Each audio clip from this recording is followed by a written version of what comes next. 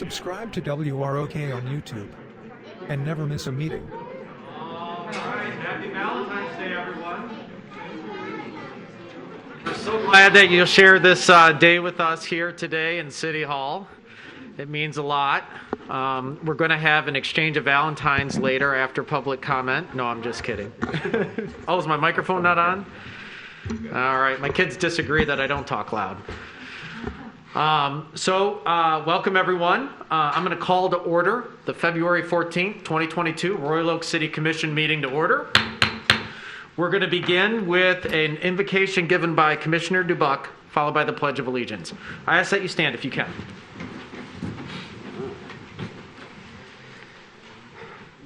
February is Black History Month.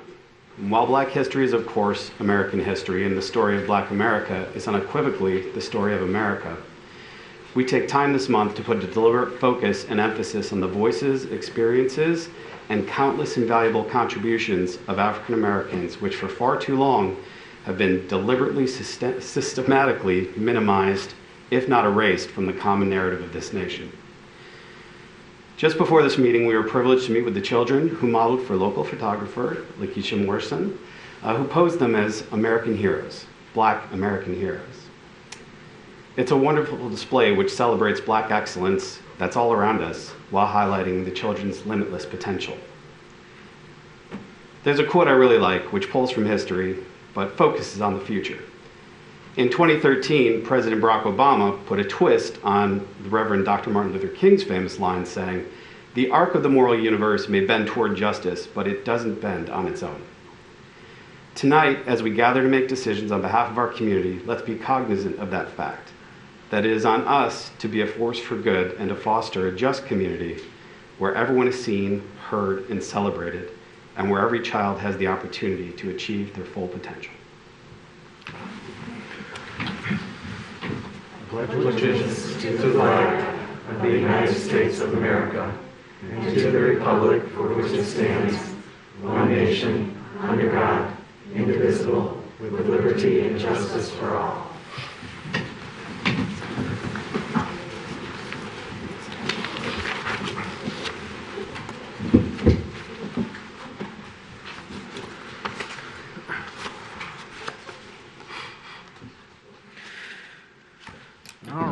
Next on our agenda is the proclamation honoring the contributions of African Americans to Royal Oak and celebrating Black History Month. And we have with us tonight Summer March and Lakeisha Morrison, who is Royal Oak royalty. If you guys want to come up, I'm going to come down there and read the proclamation. Oh, and the students, yes. Come on up, guys. Once again, sorry, you gotta come up here at least 5 times tonight.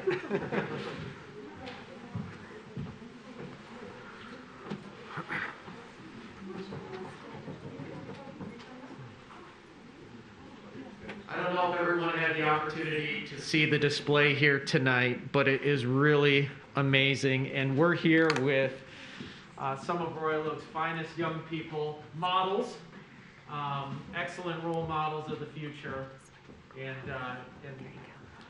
both Ms. Morrison and Ms. March did an amazing job with the photography, with the idea that we can see and understand our past through the imagery of our future.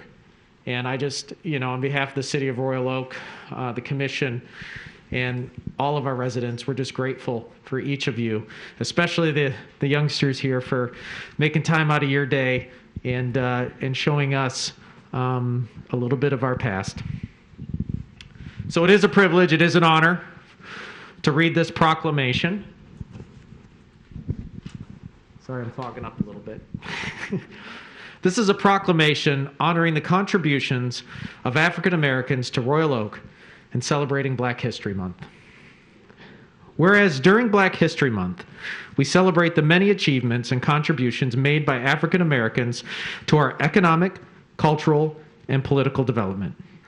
And whereas Black History Month grew out of the establishment of Negro History Week in 1926, the idea of noted historian Carter G. Woodson, other prominent African Americans, and members of the Association for the Study of African American Life and History.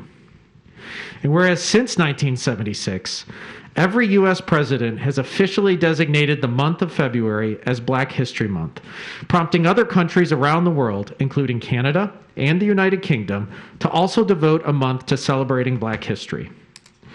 And whereas each year a theme is observed with the 2022 Black History Month being Black Health and Wellness. The theme explores the legacy of Black scholars and medical practitioners in Western medicine, and also the ways of knowing throughout the African diaspora, and considers activities, rituals, and initiatives that Black communities have done to be well. And whereas the theme reinforces, as the world battles a pandemic, the important contributions African Americans make and will continue to make now and throughout history to lead us into a better future. And whereas the observance of Black History Month calls our collective attention to the continued need to battle racism, to build a society that can live up to the democratic ideals we seek. And whereas the City of Royal Oak commits to working toward becoming an inclusive community in which all citizens, past, present, and future, are respected and recognized for their value and potential.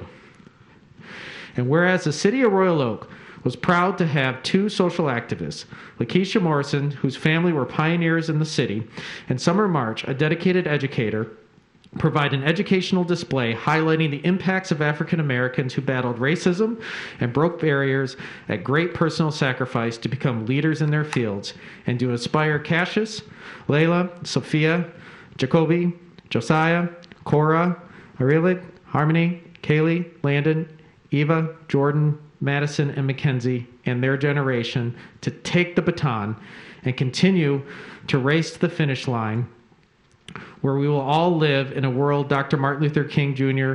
dreamed. I have a dream that my 4 little children will one day live in a nation where they will not be judged by the color of their skin, but by the content of their character. I have a dream today. Now therefore be it resolved, I, Mayor Fournier, and the members of the Royal Oak City Commission proclaim February 2022 as Black History Month in the City of Royal Oak, and encourage all citizens to celebrate our diverse heritage and culture and advance our efforts to create a world that is more just, peaceful, and prosperous for all.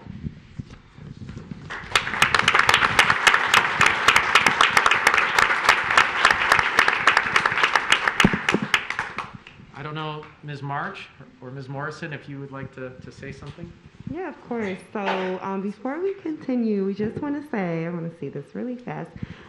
So for anyone that does have this, we just, of course, want to make sure our students are represented accurately. This is a big moment in Black history for them as well.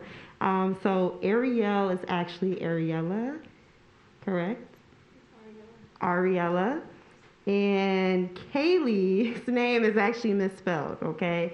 So of course we just want to make sure that this important day, that they're represented accurately. So I just wanted to make that note. I'll give this back to you. And obviously it continues from here. You know, Black History Month is not the only time that we talk about all the contributions that Blacks have made to this country. Me and Keisha have actually been asked to celebrate Juneteenth. So we're going to have a Juneteenth celebration, and we will be planning that. We actually did it last year. I don't know if anybody in this room came out, but it rained. Oh, awesome. Yes. So you guys know it rained pretty much the whole time, but people still said they had a wonderful time. So this year we want to make that bigger, and we obviously have the support of the city behind us.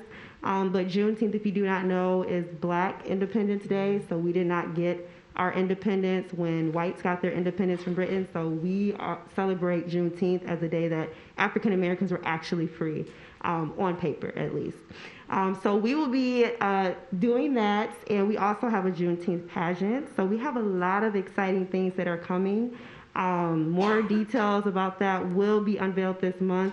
But just be on the lookout. If you don't know, Juneteenth is in June, obviously the day.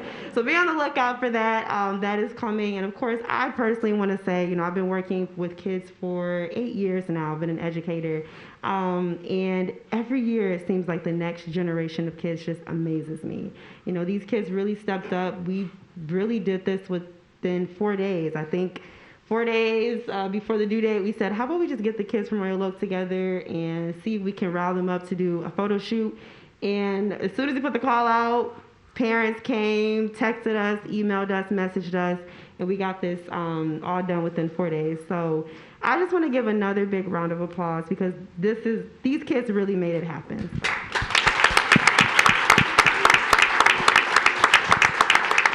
Thank you so much, Summer. And I also want to thank the kids once again, too, as well, because they are our future, and we need them, backed up by the parents in the community. So let's make sure that when you guys see things like that, or seeing things that, they might need a little bit of extra help, be their little stepping stool to help them along the way. Because honestly, we definitely want our youth to proceed and actually do great in our community. So there are little leaders, and you'll be surprised that they are very, very smart, and they will be teaching us later in life too as well. So thanks again, and I want to say thank you again to the community and for all your support, and hopefully you guys enjoyed the display, and next year will be even bigger and better.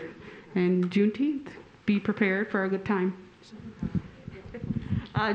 For anyone in the room, so obviously the display, there was much more that we wanted to put on this display. Obviously you can't put everything that's important to our culture within those panels. You can follow us at Power Detroit on Instagram or Facebook, and we will be displaying all of the kids' photos, as well as extra links to learn about Black history, more information about the people that they represented, also the inventors, and just other important facts that we were not able to put on there. And I think that'll do it. So again, thank you guys for coming and celebrating with us today. All right, thank you. All right. You guys have school tomorrow, right? Yeah. Oh. Maybe the mayor can write them a note to get out of it.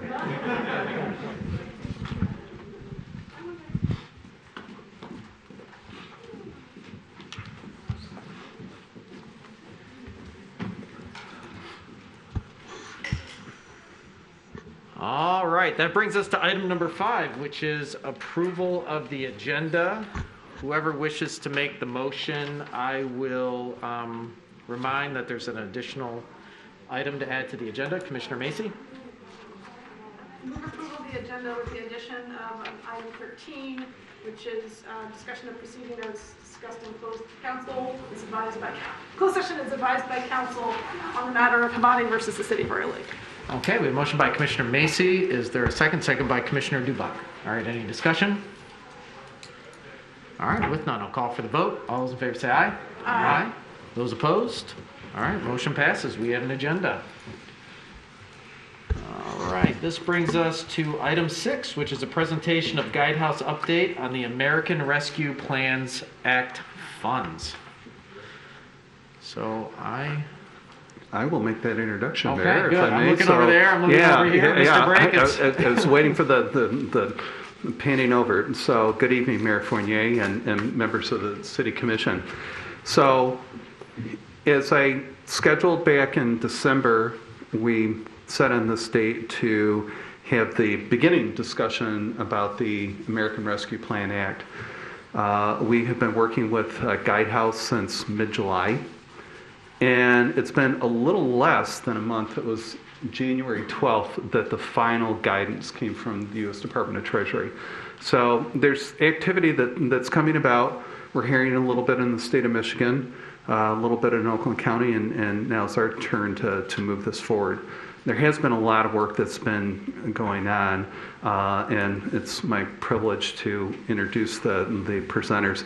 So Mr. Todd Fenton will be advancing the slides as we go through, but with us this evening is Jamie Hamilton from Guidehouse. Also with him is Elena Schwarzenberg.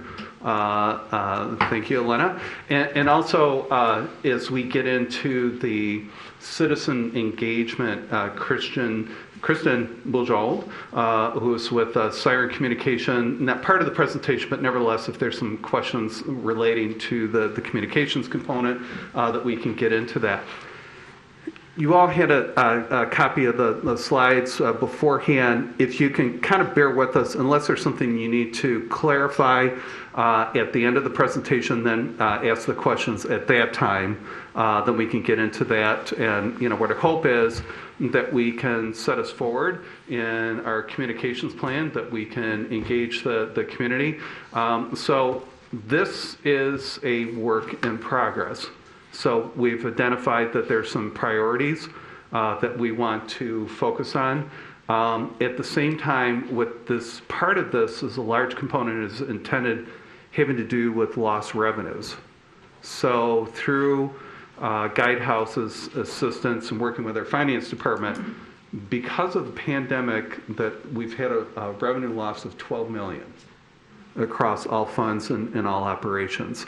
So it's mentioned in the presentation, but I wanted to start out, that's a large component to take that into consideration of making those funds whole and how we go from there. But nevertheless, there's a lot of technical information that's associated with this. This is really meant to be at a high level to say where are we at this date and where we go from here. So without further ado, I'll turn this over to Mr. Hamilton and Ms. Schwarzenberg, and we will go from there. Thank you very much, Paul. Much appreciated. It's been a pleasure working with you and working with Todd. I know I'm not there every day, so Commissioners, I'll have a chance to introduce you to the person who is there, part of this project every day. And it's a pleasure to be able to update you guys. It's been a lot of work so far, but a lot of work still to go. So what we're going to cover is I'll take care of the Guidehouse introduction, and then Elena will do an overview, as well as talk about challenges, priorities, proposed projects, community feedback, and then next steps. So my name is Jamie Hamilton. So I'm a director at Guidehouse. I have a long technology background, but I've been doing management consulting for a little over a year now. And Elena Schwarzenberg is the day-to-day project manager. So Elena is a senior consultant with Guidehouse and is one person who we left off, who works for our partner, Pierce Monroe and Associates, an awesome partner of ours. It's Latrice Jonesberry in the back, so she'll be taking notes for us during the session. So that is the team, and Latrice just came on. Can you guys hear? Step a little closer. Okay. Latrice just came on recently, and she will be, she will be a big part of the project going forward. So let's talk about, you can bump twice, Todd. Let's talk about where we are. So in this kind of large project, you have obviously multiple phases.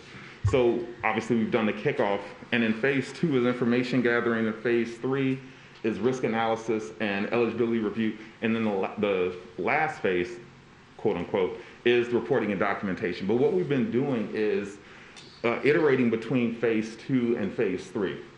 So that means as we get information from you guys, from Paul, from Todd, we then do a risk assessment and an eligibility review on it. So Elena's actually going to go through some of the eligibility review items that are green, but just keep in mind, she has a long list of green items. She also has an equally long list of items that are red or yellow, and she'll define the terms for you. But essentially, red is a high-risk item that was presented to us.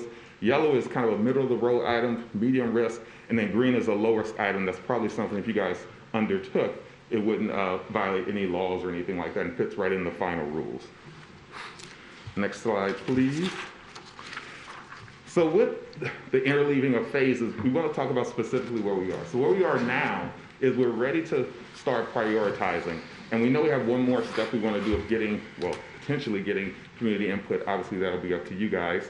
But if you guys proceed with the community input, then we're ready to take what you guys have presented to us, which Elaine will reiterate back to you guys, as well as community input, and then prioritize. So that's, even though as we interleave phases 2 and 3, that's the step we're on right now. We have a lot of eligibility reviews. Now it's time to prioritize. All right, and I'll go ahead and do the next one, Elaine. I'll go do it. So Todd, you can bump twice. Yep. So as far as decision making goes, so we have, I should have brought my glasses. So let me step over a little bit. 52, you lose your glasses, your eyesight, so I'm sorry. Mr. Hamilton, we might be able to take that remote mic and turn it on and just use that. Thank you. At the risk of breaking out into karaoke, I think you'll be all right. Perfect. All right. So throughout the ARPA engagement, there's decision-making process flow. So where we are right now is that middle chevron. So where Guidehouse has made the decision on eligibility reviews that you guys have undertaken are in good standing. And we'll continue to do that as information comes in. So then the next decision is the Royal Oak team, the commissioners, decide through public feedback, if you undertake that, what projects to take on.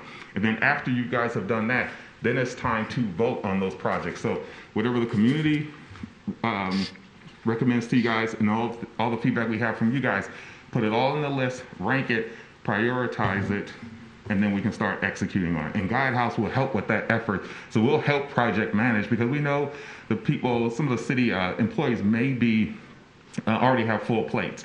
So we also will help with the project management of the projects you guys undertake. So I know I went a little further than I was supposed to, a little more time. So I'll pass it to Elena, who will walk you through the overall ARPA project and also some results of the assessments. Do you want this or this? I'll do this one. Thank you, Chairman. Okay.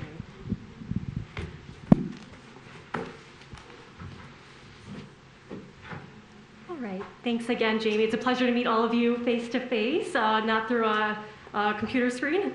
As Jamie mentioned on the previous slide, just want to note that today we'll be going over a list of proposed projects. Ultimately, it is up to you, the commissioners, to narrow that list down for what projects you do want to share for public comment through a survey, and then ultimately you will take that public sentiment into account to do a final determination on which ARPA projects you want to move forward with. So we'll get into the details on that later in the presentation, but just wanted to set the stage for really the purpose of the meeting and what's to come. You may recall from our one-on-one interviews the ARPA policy overview, but just wanted to give a high-level overview just to give a little refresher. So first of all, state and local governments received $350 billion of funding, and of that, the state of Michigan received $6.5 billion, Oakland County received $244 million, and Royal Oak received approximately $28 million of ARPA funding, which is to help address the negative impact from the COVID-19 pandemic and help with the recovery. ARPA funding can only be used for eligible costs incurred on or after March 3rd, 2021, and all funds must be obligated by the end of 2024 and expended by the end of 2026. Next slide, please. At a very high level, there are 5 categories which would cover the eligible uses for ARPA funds. The first is supporting the public health response. Second is responding to the negative economic impact of the pandemic. Third is premium pay for essential workers. Fourth is revenue loss. And fifth is investments in infrastructure. And as Paul mentioned at the beginning, number 4 is a big topic for the Commission in Royal Oak, but we don't have to worry about discussing that today because it really is a formulaic calculation. So it's not something that the Commission has to decide on. So that's the good news. And those funds can be spent more flexibly under the provision of government services category. So really what we'll be focusing on today is numbers 1, 2, 3, and 5, as well as some of those more flexible projects that are pseudo under category 4. And we won't get into the details here for the sake of time, but just to give a sense of the scope of potential projects, each project must fall under one of these subcategories here for reporting purposes. So it is a clearly defined scope. And other projects would have to be under non-ARPA funds. Now, before discussing the results of our interviews and eligibility and risk assessments, we wanted to quickly address some of the ARPA challenges. So as you see on the bottom here, based on the first reporting period, only 2.9% of state and local funds have been utilized, or conversely, 97.1% have not been used. And there's a number of reasons for that. First is lack of clear guidance from Treasury. As you all are aware, the final rule was recently released just a couple of weeks ago. So until then, we were operating on the interim final rule, which in many cases lacked quite a bit of clarity and left municipalities with more questions than answers. Second is more of a strategic reason, which is that state and local governments really want to leverage all possible funding sources. So for Royal Oak, that would mean leveraging county and state level programs, including matching programs and leveraging already existing programs, so that you can utilize the $28 million for other projects that aren't already in existence. Also, there's quite a few federal programs that are in the works, such as the Infrastructure Investment and Jobs Act, the Capital Projects Fund, and numerous housing assistance programs, to name just a few. So that's something that we'll also keep in mind once these decisions have been made on what projects you want to focus on, so we can maximize alternative funding sources in addition to ARPA.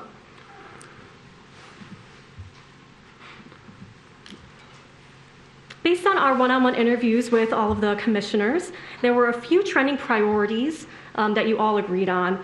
So number one is infrastructure. This is something that each and every one of you expressed as a top priority.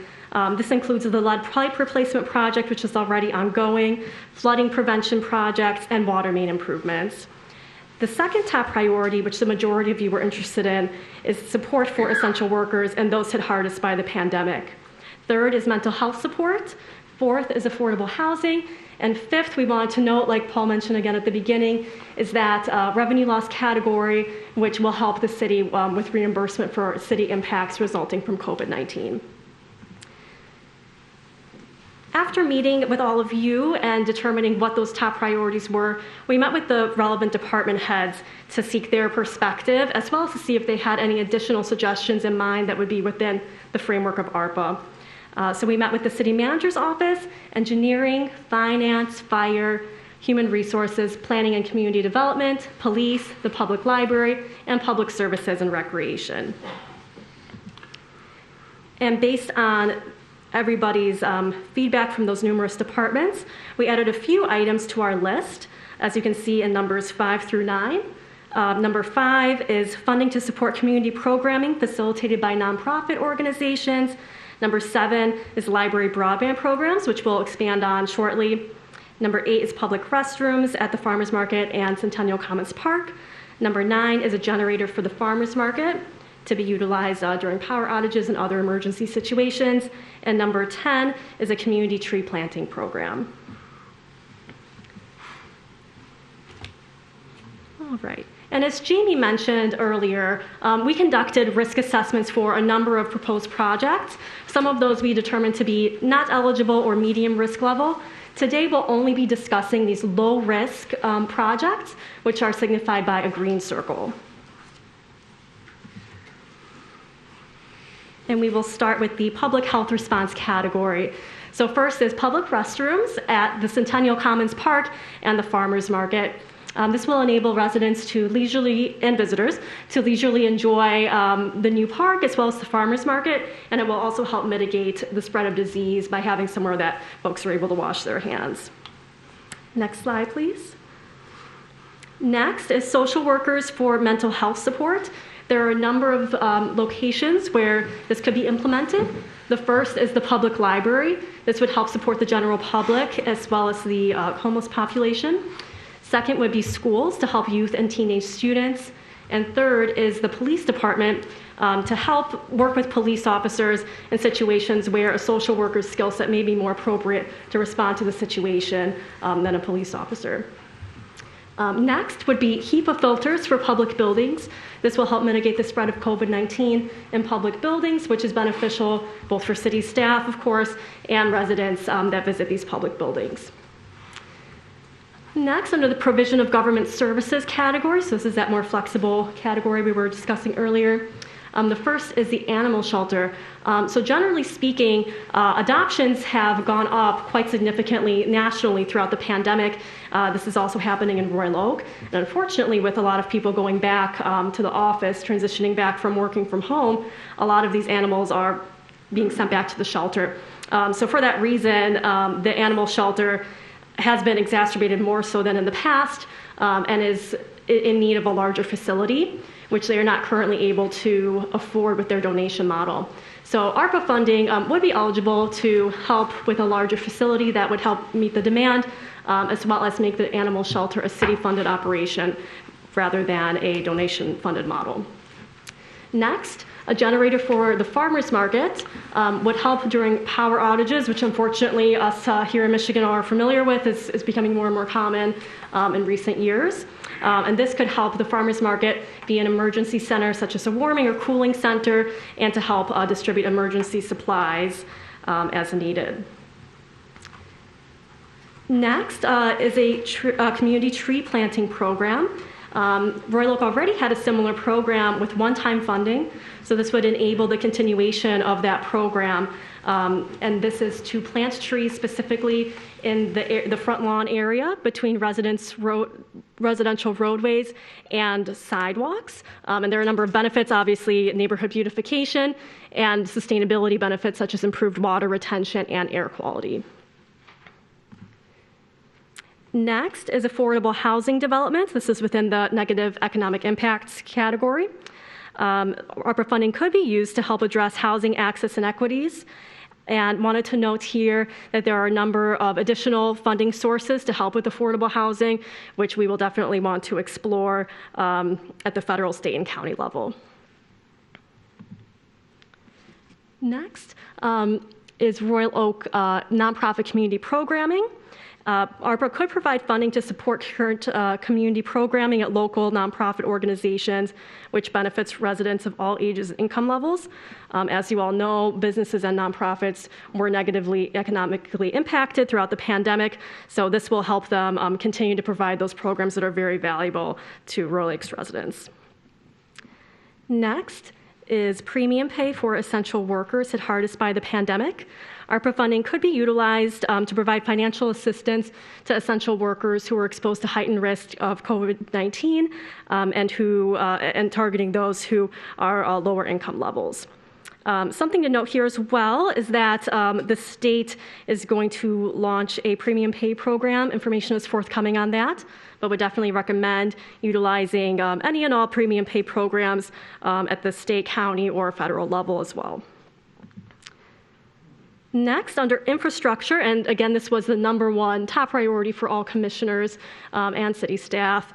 First is lead pipe replacement. So as you all know, this is a current project. We could expedite that with ARPA funds and be able to remediate more homes per year. So just as a reference point, each home costs on average $5,000 to $6,000 to remediate those lead pipes. So depending on how much ARPA funding is put towards that, we could expedite that program to finish ahead of schedule. Next is flooding prevention, which of course all Royal Oak residents, this is this hits close to home because this is a historic problem. So we could utilize ARPA funding to help address flooding issues by improving stormwater retention and help prevent these catastrophic floods in roadways as well as residents' homes. And for the infrastructure category in general, just wanted to note that the Infrastructure Investment and Jobs Act, as well as other state and county level collaboration, would definitely be helpful with these larger scale infrastructure projects. Next is water main improvements. We could upgrade outdated water mains, preventing future water main breaks with the ARPA funds, and I would recommend synergizing this with the current road millage projects ending in 2024 and the current lead line replacement project. So that the same roads do not have to be opened up multiple times. Definitely want to maximize that construction and accomplish that all at once. And lastly is library broadband programs. So there are a few possibilities here. ARPA funding could be utilized to improve the library broadband speed and reliability. It could be used to expand Wi-Fi outside the park, or outside the library, at the new park called the Centennial Commons Park, which is great for social distancing once the weather warms up. And lastly, it could be utilized to support the hotspot program. And for those who aren't familiar with this program, the library has a few hotspots that residents can check out and take home. And it's a very popular program with a wait list. So there are a number of ways we could help with that. One would be to purchase more hotspots so more people can access the hotspots at once. And we can also put some funding towards the monthly internet costs to subsidize the current level of hotspots or an increased number of hotspots. And the Capital Projects Fund is another funding source that could be utilized for those broadband projects. All right. right, so as discussed earlier, once the commission makes a determination on how to narrow down that list, we can use that information to seek feedback from the public and gauge which projects are most important to Royal Oak residents. And again, just kind of recapping our next steps. Once the commission finalizes the proposed list of ARPA projects for public feedback, Guidehouse in collaboration with Siren Strategy, Kristen is joining us here today, we'll design a public feedback survey that the city will distribute to the public. We will then compile and analyze those survey results and report them back to the commission. And ultimately, the commission will vote on ARPA-funded projects as well as how to allocate specifically that $28 million of funding. Thank you all for your time. That concludes our presentation. Would you like to ask any questions at this time? Yeah, no, appreciate it. We'll definitely have questions. I had a question out of the gate. When we talk about the public feedback session, I know we went through and we would say you got to have that piece of clay, right? You got to have staff kind of identify, okay, what can ARPA be used for? What can it be used for? What kind of projects are out there that we kind of know from the public and everything that are priorities? During that discussion with the public, I mean, the survey, we may have an open opportunity to solicit other ideas. They may not all be able to be funded by ARPA. You know, I want to, buy everyone a unicorn or a public pool or something. Of course, well, we can't do that. But, I think ensuring that we have some, instead of just the projects that we've identified, that there's an opportunity to put stuff in there that maybe we haven't thought of, or that, we gauged a little less than maybe the public is at this time is more interested in. So we could do that? Yeah. Yes, absolutely. Yeah. Oh, thanks. Okay. Along those lines, I would suggest this, that I'm sure we can generate a much longer list and we can go through the money pretty quickly. Sure. The other value that's important is that within limited resources, how individuals would rank. So if we say that we only have a certain amount, where would you allocate those dollars? And I think that's equally important as well in that regard. So that's part of the component that we're looking at on the survey document. And unfortunately, it'd be nice if we could have more in-person meetings, but this is something that really making this widely available, that anyone can participate and give their feedback in that regard. But give some thought to that will be a component as well. So it's within. If you give us guidance that this is a list that we can go with, but also have people rank that within to say that, because some projects will be much, much costlier than others. In fact, to solve all of the stormwater problems that we experience, this is not enough. Right. So how much of that do we want to allocate to stormwater management, for instance? And that becomes a question of, in the grand scheme of competing priorities, which priorities are next and after and so forth. So. Well, and that's what I was going to kind of maybe suggest too, is like sort of at the major categories, some sort of rank prioritization, like the top 4, like infrastructure, attainable housing, that.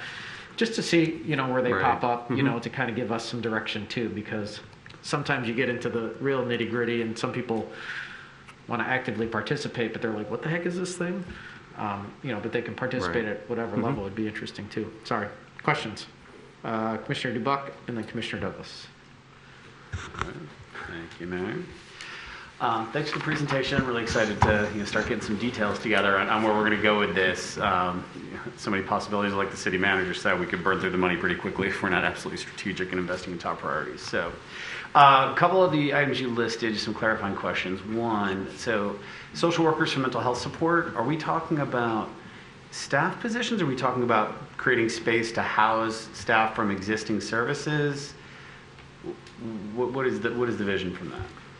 So in this scenario, my understanding is that there are not currently social workers on staff, so you would need to hire a social worker or multiple social workers. This is something that actually could potentially be done in collaboration with the county as well, if that's something you want to explore. So perhaps if you wanted to have a social worker in the library a couple of days a week and they rotate to different locations, that's one approach.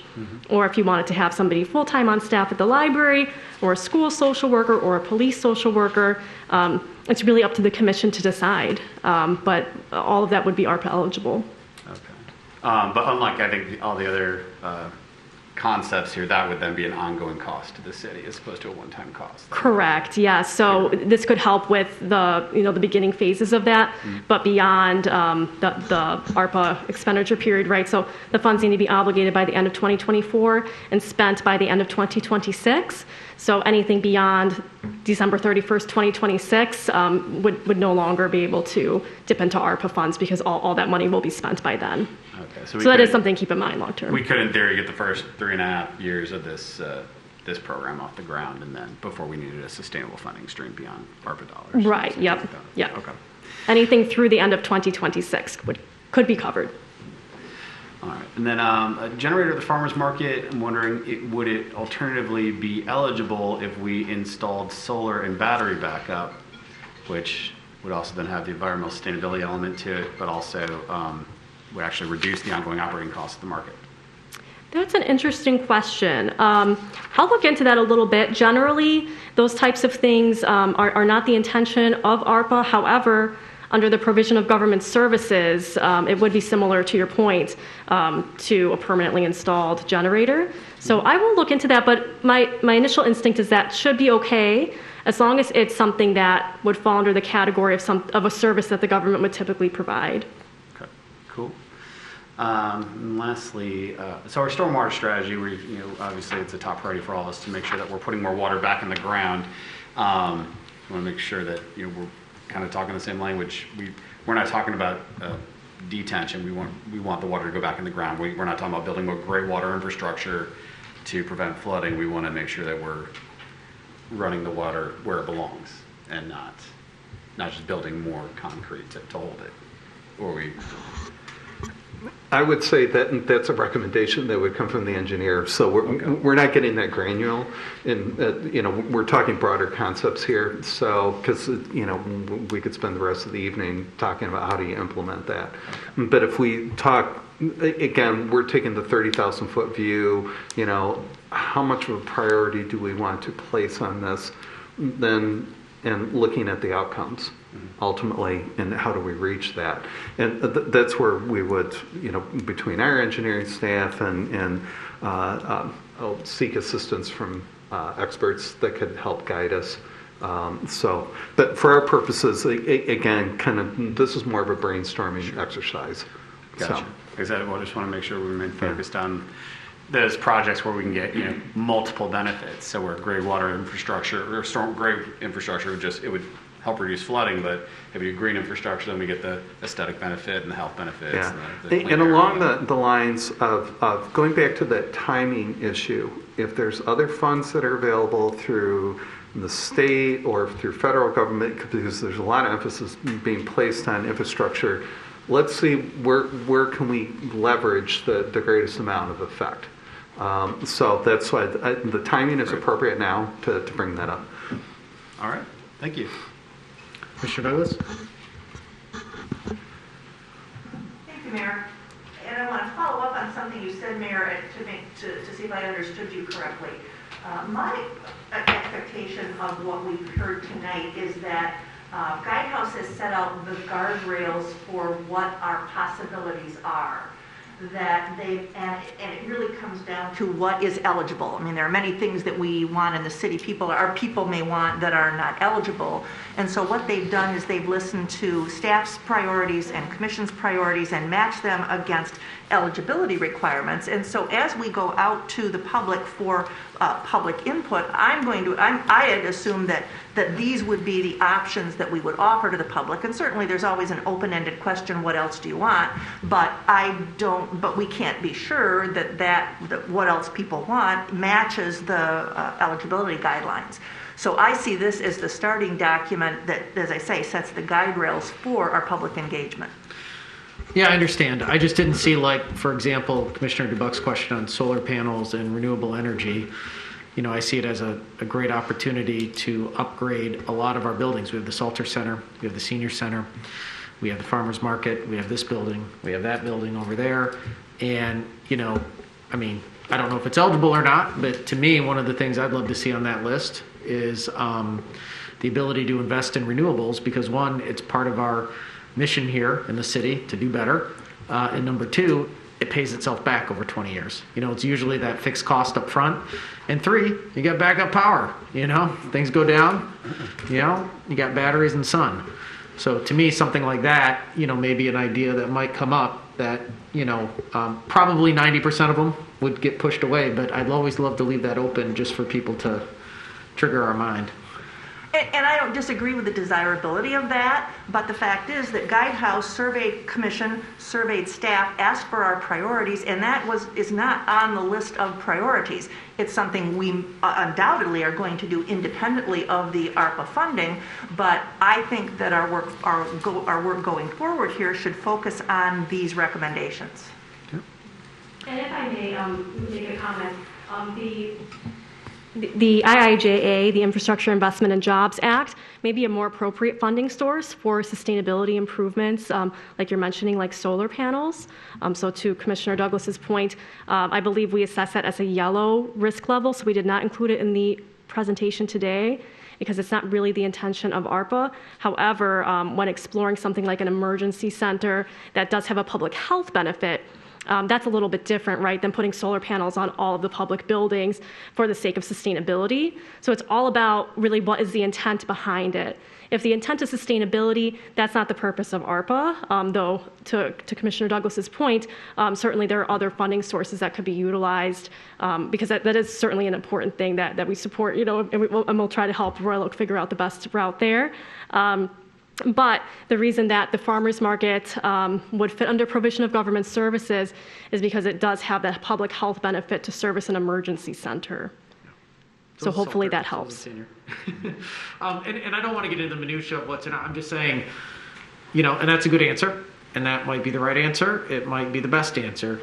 But I'm just saying I'd love to hear what other people have to say. And if it falls into a yellow and red category, I'm okay. I think we should leave that open just on that survey to have people open-endedly offer up their ideas. And then if we find that 72 come back with the same thing that I just came up with, then we can respond and say, well, when it comes to this, there's a better mechanism for it. I just think you leave it open-ended at least a little bit.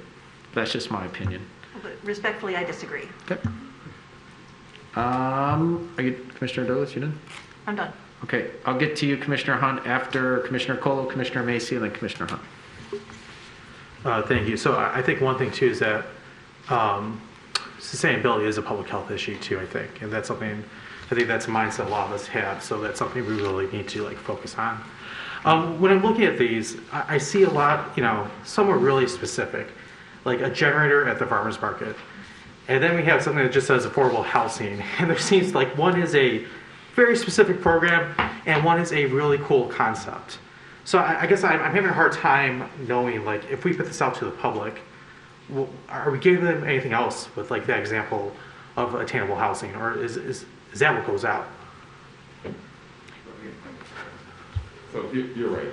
So a lot of the feedback that came in, some was very practical, very specific, and some was more aspirational and a full project. Yeah. So I think if the option is to move forward public input, I think certain things such as affordable housing, we need to take some time and put parameters around, to Commissioner Douglas's point earlier, like putting parameters around what does it mean, what does affordable housing mean for Royal Oak, and get very specific about it. So then the public, when they see it, they're like, oh, okay, I'm for that, or I'm against that. So you're right. That's just, we're just telling back to you the feedback that we got, but your point is valid, that some is simple, some is more complex and aspirational, but we do need to put parameters on it before we get the public's opinion. Yeah. And I was hoping to see a little bit more of that tonight too. It's just, this is such a fun and exciting project, and I think we're all excited to spend this money. We want to be strategic about it, like it's been said many times. I think one thing too, we all had interviews over Zoom last summer. It was, you know, sunny out most of the day when I did my interview. I would like to sit down in a room with all of us and have some of these discussions. The solar on top of the farmers market is a great thing. I think that's two ideas that come together, and there's really back and forth. Like, it's one thing for all of us to give a list of what our ideas are, but it's another thing to hear someone else's idea, have a little debate about it, and then quickly I might drop one of my priorities because someone has made a good point. So I think, you know, when we do our budget sessions, we do 2-3 days. I think it'd be beneficial if we spent a strategic planning session sitting down and talking about this, and really instead of going back and forth between lists and looking at a spreadsheet, like really put some human interaction behind this to come up with our final decision here. Because I think there's a lot of good things, and any one of us could convince the other person to go into something at a given time. And then the last thing I'll say before that gets potentially shut down there, Ann Arbor is doing the same process right now too. And they have a really nice matrix for how they're collecting input. If you all have seen it, or are you all working with them? Mm-hmm. Yes. Okay. So for the commissioner's sake, they have an online poll, and there's 20 buckets, and you get 20 dots. You have to put them next to each project, and each project tells you how much it's worth. Very similar to what we did at WROK, I believe, but you have an allowance to spend. That might, I like that. Ms. David showed me it. I think that'd be a really good thing for us to get input on. Commissioner Macy? Yes, I'm going to echo that. I think, first of all, I do agree with us getting together and talking it out, but I also was looking at the Ann Arbor one, and I appreciate this report that shows us, what was eligible and what's not based on what we had talked about. But I had really hoped by now that, the estimated cost for every single one of these is TBD, and implementation time frame is really vague. I think they all need to be at the granular level of this is how much it would cost if you're going to do this type of affordable housing project or this type of affordable housing project. I don't know about the public. I don't know how we can make decisions about what we're prioritizing when all we're seeing is generator versus affordable housing. So the Ann Arbor one, and I've looked at several cities, additional cities as well. They have specific projects where they go into detail about what's happening in each of these projects and where the funding can come from. And one of the projects is to put solar on 19 city facilities. So it seems like they at least think that falls under the category. But they even have a 2-minute video on each of the projects proposed, so that when the public's looking at it, they can get a sense of what it's about, why it's a priority, and then they're filling out those buckets. All right, I've got $28 million, and here's how I want to spend them. It feels to me like this. We talked about the interviews that happened with us and with I'm not sure how long it took with the department heads, but ours were in the summer, and since then I was really hoping to come out and have a specific list of things that we could do with this, because it feels like we're almost still at that first stage. Like, even if we decide what we want to do, we're going to have to then come up with all the projects and the funding and the timing, and then we're going to have to prioritize them and inform the public about what they mean, because I absolutely agree that we can't do a survey on this. We need to have more information to the public to let them know what it is they're voting on before we send it out. And I also feel like a survey is not quite enough. To design a park, we had all these public gatherings and information sessions and town halls and charrettes. And so to just send a survey out about the $28 million that we're going to spend seems inadequate. So I hope that we can get more robust public engagement on it going, and I really hope that we can get more information to them and to us about what these projects actually mean. Some of them are quite specific, and some of them I don't even know what they mean. Like community tree planting, where, how many? It just seems like there's a lot of missing details. Like, I don't know that I would prioritize broadband at the library, but if it turns out it's only $5,000, then sure. So I feel like there's just a lot of details missing here that it's going to be hard to prioritize or even do engagement on until we have more. And I think engagement's going to be even trickier, Commissioner Macy, because, as you know, during budget planning sessions, everyone wants to design a park. Nobody wants to talk about, auto fund accruals, or, you know what I mean? So there's got to be a shtick there that kind of gets people engaged. We may have one person that comes out to all of our 5 budget plans. It's probably the most important thing we do. And so when I look at some of the things here, I don't know that people are passionate about generators or public restrooms, so you're already going to have a little bit of an uphill battle. But it's a good point. Commissioner Hunt, then Commissioner Prush.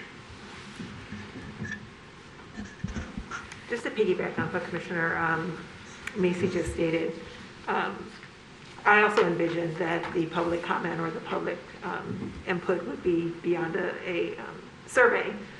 Just like as Commissioner Colo stated, having all of us in one room to discuss ideas, I think would be beneficial for the public as well. Once projects are more consolidated, once we have a clearer idea of what it is that we're looking to do.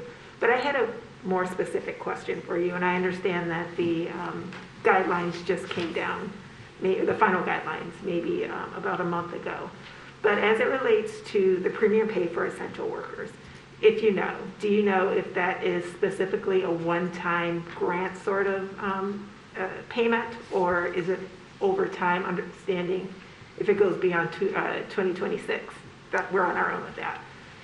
But do you understand what the guidelines are for the premium pay for essential workers? Yeah, so the limitation there is up to $13 per hour per person. And this is, again, within the parameters of eligible essential workers, and there's a clear definition on that. So folks working from home would not fulfill that, and there is a list of occupations that would fall in that category. So the idea is you're out working in public, putting yourself at risk of contracting COVID-19, and that your job is considered essential. So for hours spent under those conditions, each person could receive up to $13 per hour for a maximum of $25,000 per person, and that's for the entire disaster period. So that is not something that, again, all funds have to be expended by the end of 2026, regardless of category. Thank you. Commissioner Perush?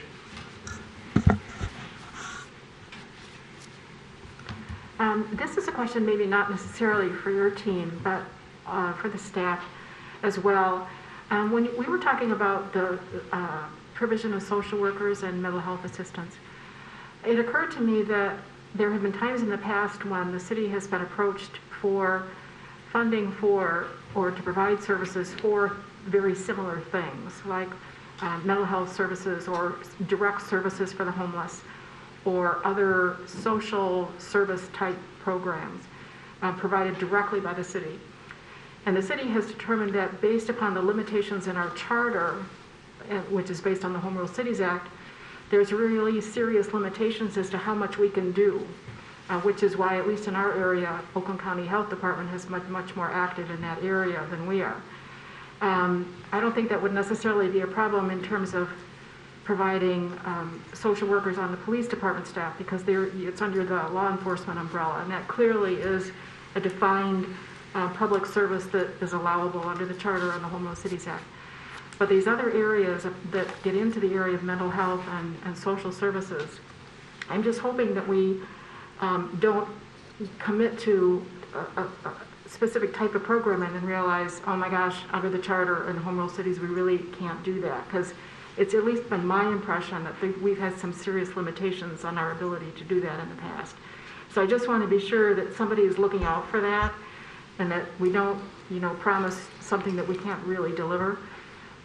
It's good that we're actively going to be partnering with someone like Oakland County in some of these and at least establishing a dialogue with them, because it's very possible that with their assistance, we could provide some of these services if they end up being a top priority. And also, to the extent that we can provide some of these funds for other organizations like nonprofit organizations, like a Common Ground or the Wellness Center or the Welcome Center for the homeless. Some of these funds could be like direct grants to them. And that certainly is definitely available.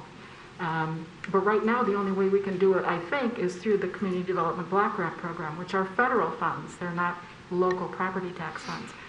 Because it's my sense that there's a limitation as to how we can spend those property tax dollars for those kinds of services. So that's not a question you can answer right now.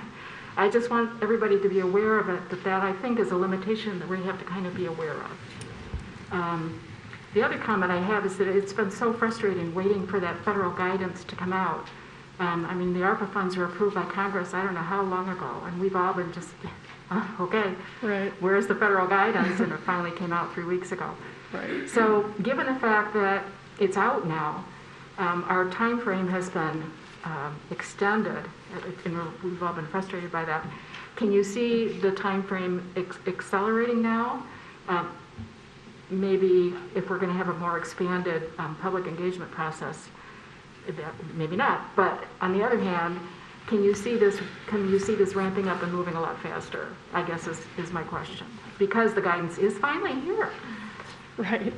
It is. And Paul, would you like me to address that, or would you like to address Well, that? we'll tag team. Why don't you start and I'll add. Sure.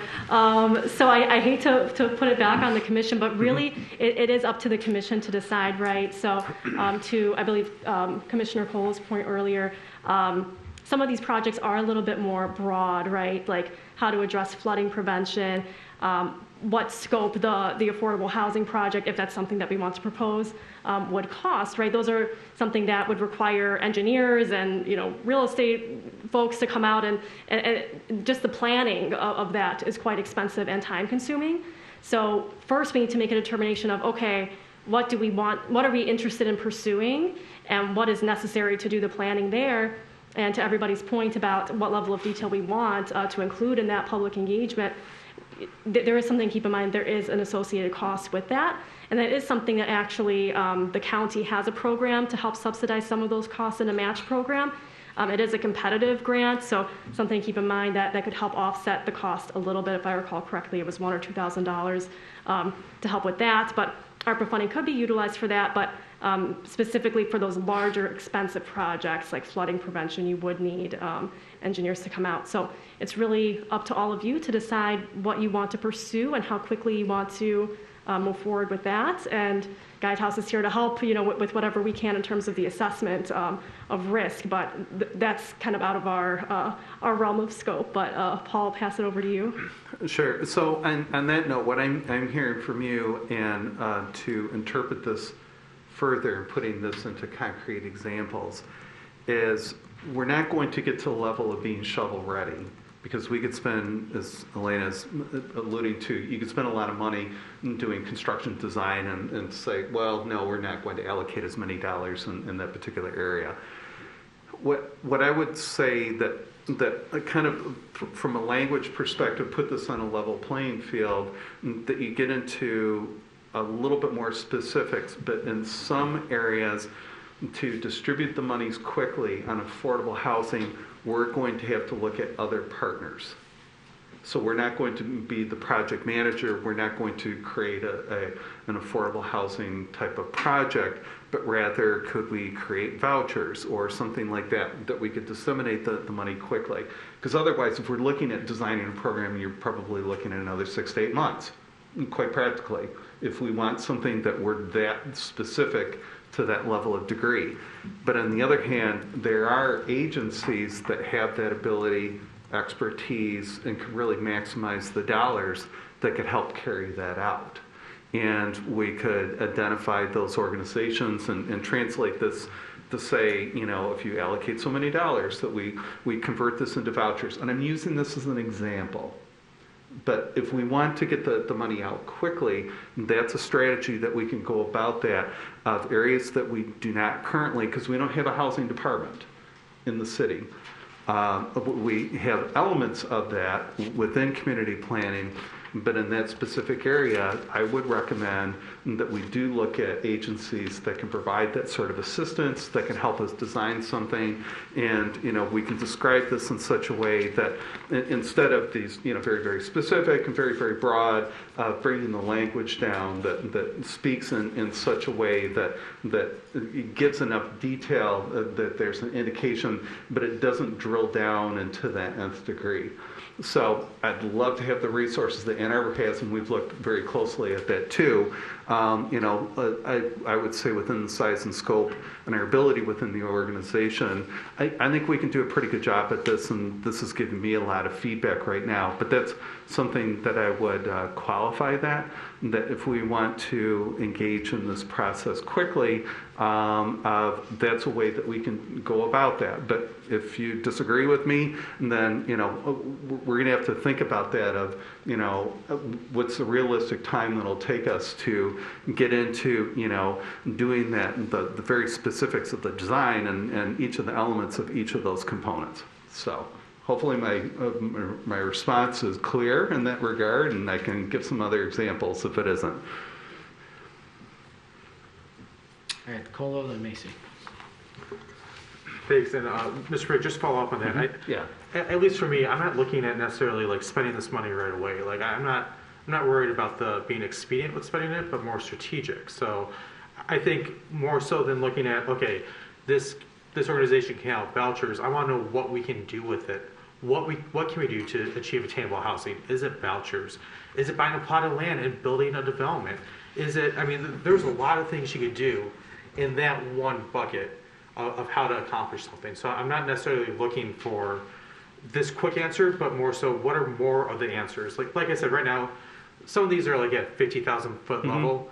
Maybe get us down to at least a 30,000 foot level to let us know these are some of the options, and then we can dig into, okay, we hire this out to a consultant. This is something we want to pursue. This is something that is just not going to happen. At least for me personally, that's, I think, would help the decision-making process a lot. And that's fine, and that's the reason for this dialogue, is to get some understanding, because honestly, I get mixed signals that, you know, we need to move, you know, very, very quickly, but I get it. I understand where you're coming from, and I think it's that we can develop something that has a meaningful impact. Yeah, and just so everybody's on track here with what's going on, you know, we got 3 years, right? That's not a lot of time.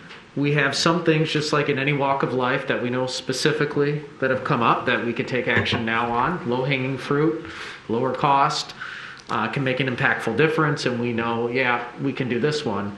And then I think this is going to be an ongoing dialogue more strategically once we get the input of the public, once we start to define a little bit what is attainable housing, affordable housing, what do these things mean, and then it becomes a churning process over and over and over again to get the right, you know, highest and best use of these funds. So, yeah, we have lots of work ahead of us. This isn't a detailed plan. This is a guiding, you know, document to put us to task, so to speak, in my opinion.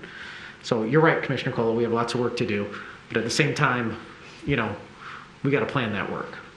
But we can't be too slow because we don't have 5 years. We probably have a few months. But some of the stuff I do think that we're going to have to kick out and talk about. Like, we'll know, okay, this thing is a top priority. Let's spend a month talking about it, you know, and let's make sure that we don't spend all of the money on, you know, $27 million on public restrooms, you know. So we're going to have to use some judgment here. It's not the perfect process, but it's what came down to us from the feds, and we're going to have to manage it. I did think I saw a design for a $27 million restroom in one of the past packets. Hey, we're almost there. Hey, Mr. Ray, if I could just finish quickly, one thing I'll say is, you know, personally too, I still hope we can see a grand project too. I think that we have a really good opportunity here. Sure. I'm going to say in front of everyone, we have a great opportunity to do at least one really big thing that we won't have the funding for again. So this could be a big project with a lasting impact. So I think that's something to consider also. Yeah. Thank you. Commissioner Macy. Yeah, I agree with that, and I think, affordable housing is something we talk about up here all the time, and part of what we say is we can never find the money for it, and now we have the money for it, but that's what the thing is here, just help address housing inequities, and we talked about it could be vouchers, it could be buying a plot of land, it could be working with a developer. There's a lot of things that we could do in terms of affordable housing, and they all have a different price tag on them. And so I don't know how much to assign or prioritize housing development, affordable housing development, unless there's some kind of a breakdown, like which of these do I think is going to be most effective, which can we afford relative to the other priorities we have. So that's why I really, I said affordable housing last August, and now here we are and it says affordable housing, and I really was hoping to get more granular than that by now. And I guess I think I must be confused about something, because, so Guidehouse is just the risk assessment and eligibility piece of it? And so we signed, I think, almost a $500,000 contract, and I thought it was going to be more than that. Am I confused? And moving forward as well, so once the commission decides on the projects, we will help with the project management as well as the reporting requirements. And Paul, feel free to add to that, but Guidehouse is not a decision maker, right? So we are not going to decide how Royal Oak spends your $28 million, that's up to the commission, but we will help keep the guardrails on and assess, what is eligible, and make sure that all of the documentation and everything is eligible throughout the projects as well. So you're not in a situation where you're halfway through or finishing up a project and you realize, oh no, we went about this the wrong way. And then execute the project. Sure. So it's taking the input, deciding, with you guys deciding, we'll execute. So we actually will manage the project and execute it. So affordable housing becomes something we want to pursue. We'd have a project manager actually it's probably Eleni will take it on, or maybe Latrice will support the city in doing all the research and talking to engineers, talking to builders. So we actually do the execution of it as well. So it's the project management, it's the reporting, it's the risk assessment. So we do the full scope. So this is just the stage we're in right now, but we actually will have boots on the ground, project managers, then providing reporting back to Paul and Ty on a weekly basis. So in other words, they won't tell us how to do it. That's where they're looking back at us and where we would bring the expertise that can help achieve what objective that we want. Now, leading up to this point is that there's been considerable discussion. I can tell you over the last 7 months, I counted up the number of meetings. We've met 15 times to talk about, and at least bi-monthly, to get into the thousands and thousands of federal regulations of the pages and to define what can we do and what we can't do. We've had some granular discussion about things on the cost recovery pertaining to the Civic Center project. We've talked about the Animal Adoption Center. On top of that, there has been 2 reports that have been filed that in late August, and there was one in July. That gets into very detailed. So there's in getting acclimated to this, and that's where Guidehouse has been very instrumental in that regard. There's been a lot of work that we've been doing on the back end that's leading up to the point where we are right now. But this is the point where touching base, I'm getting a lot of ideas and good feedback out of this because it's the first time that we've talked about this collectively. And so this is an important phase and for the team to go back and where we can kind of dissect the specific areas, we're good. But in some areas that we can get into much more specifics and bring back and perhaps even a second time to talk a little bit more on, affordable housing is probably the most broad. To ask each person around the table here, we probably could come up with 10 different definitions, what we would envision. And to come up with, what are some concrete examples? Is this something that we want to pursue? And go about it that way. So that's my initial reaction of how we can delve into this, but, we need to move quick enough, but not too quick. We have to be thoughtful. So. Okay, just quick Yeah. follow-up to that. Yeah. Is that I guess I was wrong about some of what Guidehouse was going to do, but I think that some of the expertise that we're looking for is found within our walls. So I think if you went and talked to Joseph Murphy about affordable housing, he would have some ideas. And I know if you talk to Julie Lyons-Bricker, we just went through this sustainability and climate action plan, and we have a whole ton of proposed actions that I think would fit into some of them would fit well. So if you're looking to get that concrete stuff, I would maybe go back to the department heads. I think. Oh, absolutely. But again, for our point here, we're taking this out of the 30,000-foot view. So, but it's point well taken. This is narrowing it down of the kind of the divide and conquer. I'm looking at probably 3 or 4 that we need to take a heavier deep dive, and so this is not a difficult assignment. We can come up with something. So, great. Commissioner Millis. So I was a little bit surprised to hear Mr. Hamilton talk about let me start this over. In my work in nonprofit, I learned that 95% of nonprofit is program development, is defining the course of action and setting forth budgets and action plans. And did I hear you say that you would do program development as part of your services? So we can do. The term program is a pretty wide term. I know, sorry. So what I was saying, when we do program and project management, so in the vernacular of consulting, program is a collection of projects. So that's what I meant by program management and project management. So I think consistent with what Commissioner Macy has suggested is that when it comes to developing an action plan and getting prices and getting bids and putting a program together, that would come from our staff. And that once that had been created, then Guidehouse would help us manage that. Okay, thanks for that clarification. And then I want to build on something Commissioner Colo said and suggest an approach for us to kind of put in the back of our heads and let simmer. And that is perhaps our approach to this is to think of this money as a pie and to agree that a certain percentage of the pie will be spent on quick and dirty, low-hanging fruit, $5,000 things, and that another percentage of the pie will be spent on one grand topic to be determined. And that part of our discussion as a commission may be just how we want to divide up that pie. Just let that simmer and see if maybe that's a way to start to focus how we tackle this. Anybody else?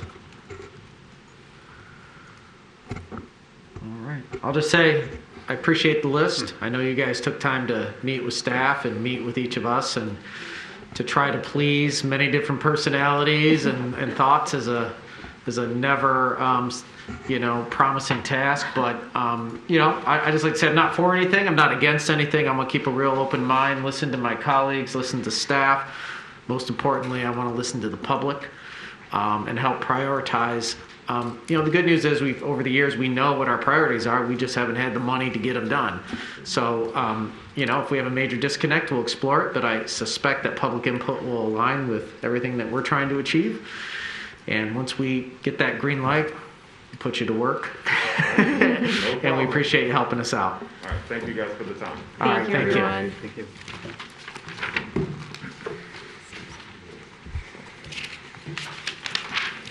All right. That brings us to item 7, which is public comment. Just a few guidelines on public comment. We do rely on the input of our fellow citizens to help make decisions here at the City Commission. Now's the time set aside for the public to address the City Commission on any related city issue, whether it's on the agenda or not. When you're up here, I ask that comments be made to the commission as a whole and not to individual commissioners. In addition to public comment, there will be a public hearing tonight. If you're here to comment on the Hopcat Royal Oaks request for approval, plan of operation and entertainment, Sunday sales, outdoor service areas, and social district permits, you may wait till that public hearing is open to talk specifically about that item. Same rules apply. We'll open it up. If you wish to speak tonight at public comment or any of the public hearings, just wait till you're recognized by me, the mayor. Come up to the podium, state your name and address for the record. Please be mindful that the City Commission wishes to hear from anyone who wants to speak tonight, so your comments are limited to 3 minutes. There's a timer at the podium there to help you keep track of your time. And don't worry if you don't want to come up and speak tonight. Email is a really effective tool. You can reach out to us anytime and get your comments in and get us thinking about it even before the meeting starts. So with that, who's first? Ms. Muth? Ms. Andrews? Ms. Mason? I know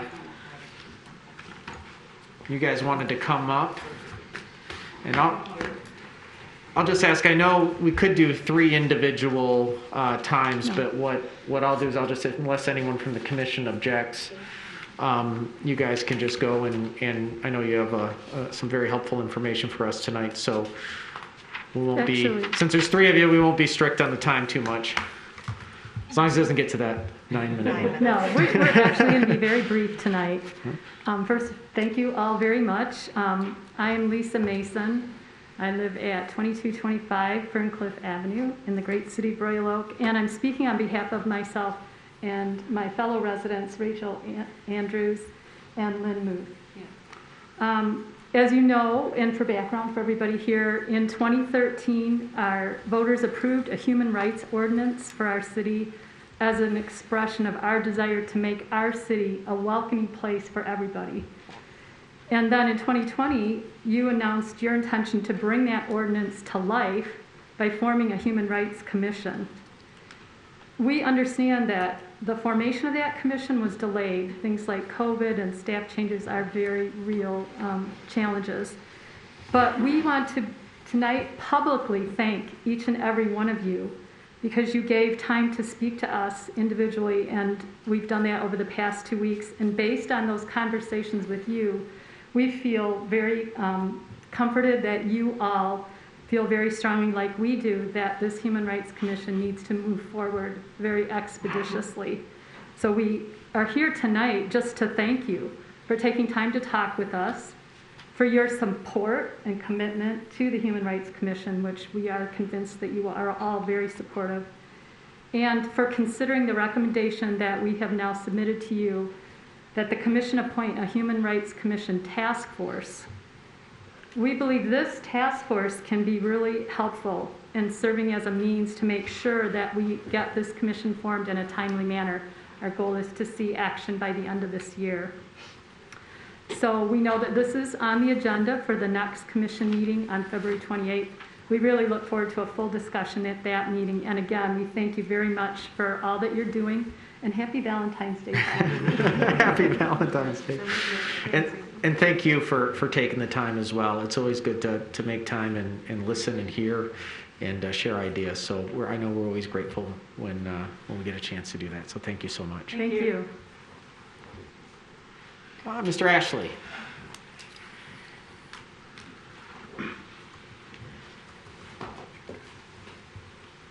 Good evening. Alan Ashley, President of Royal Oak Manor. Royal Oak Manor construction is continuing. We've had some setbacks with supplies and COVID, so the end date has been pushed probably April or so, but things are happening. Each apartment is getting their own furnace, which we didn't have before. The wailing units will be controlled by the residents for both heating and cooling. Before it wasn't done that way. New flooring is being put in on all the floors. First floor is coming. We already have one lounge already done, and another room is almost done. Our kitchen is almost done, so we're getting close to being completed. So we're pretty happy about that. About the Hopcat, I won't be here because I have another meeting tonight, which I'm already maybe a little late. But there was problems with it before when it was hidden between Washington and the railroad tracks. Now it's going to be put onto Main Street. What I'm worried about is anytime you have large crowds, which Hopcat gets, they end up in our parking lot on Main Street and on William Street. May I warn the people that we will have your cars towed, no questions asked. We won't call. We've had, my best day, I've had 7 cars towed in one day out of our parking lots. That's Arts, Beats, and Eats is the biggest one. So please be forewarned for these developers that their residents will call the towing company to have them towed, and it's like $350 to have it towed. So just fair warning. Also about this ARPA, you want to do a survey by computers. Just remember that there is a large senior citizens area here, and a lot of those people don't have computers. Some of them barely can work their smartphones. I would suggest maybe you also send out a paper form for some of these people, because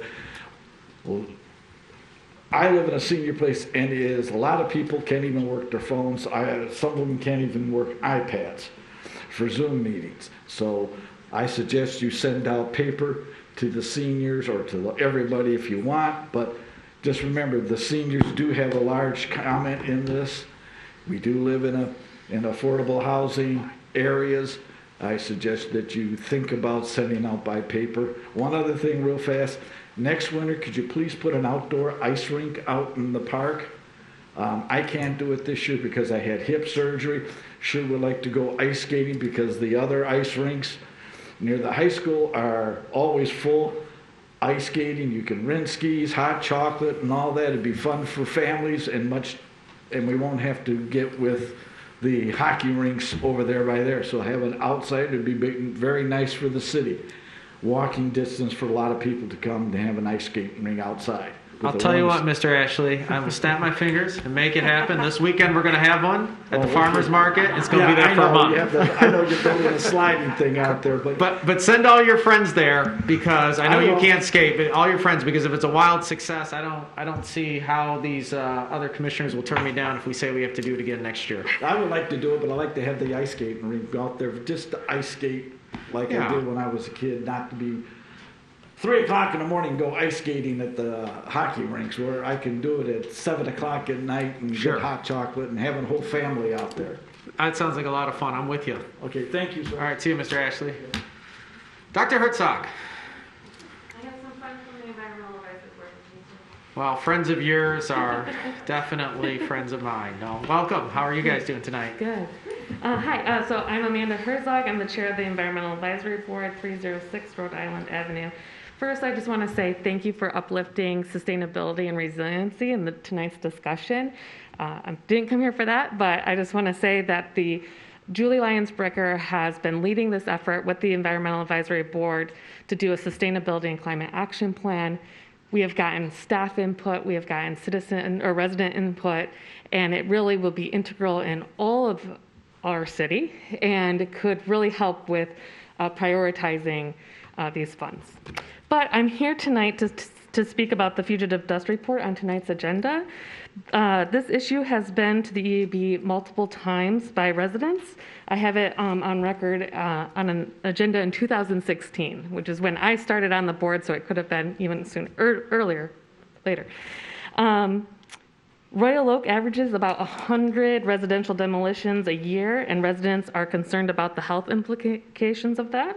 So much so that one of our board members, one member from a resident came to the board with this issue, and he also then pursued membership on the board. It was also discussed in one of our residential work groups for the Sustainability and Climate Action Plan that we need sustainable building in the city. EAB members Jennifer Acevedo and Pam Lummy and Nick Marcelletti took a deeper dive into the issue and researched the risks to public health, best practices, and other communities that have fugitive dust ordinances.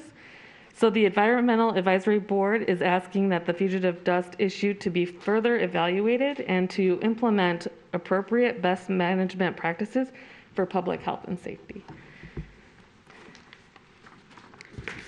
Thank you. Jennifer Acevedo. I live at 1122 North Pleasant Street. And I want to also applaud you on your sustainability and climate action planning and bringing it up in today's discussions. And I know I'm here for the dust thing, but I had to say that too, especially because the COVID pandemic brought these funds to us in this weird way.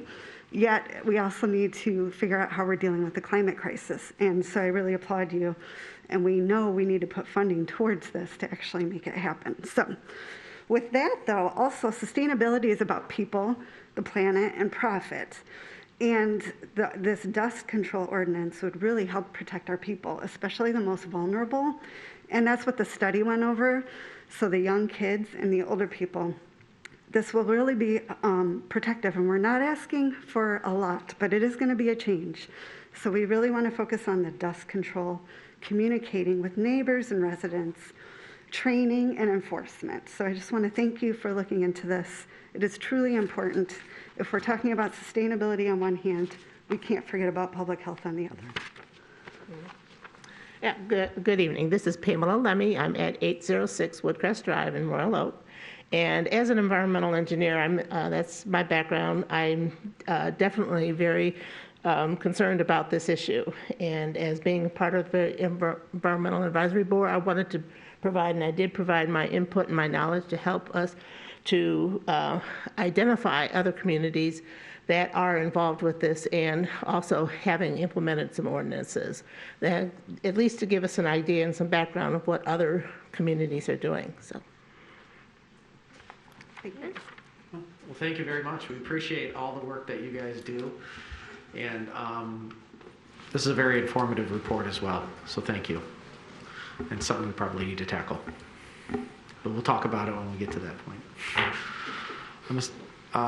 Paul, and then we'll get Mr. Asher will get you in a second.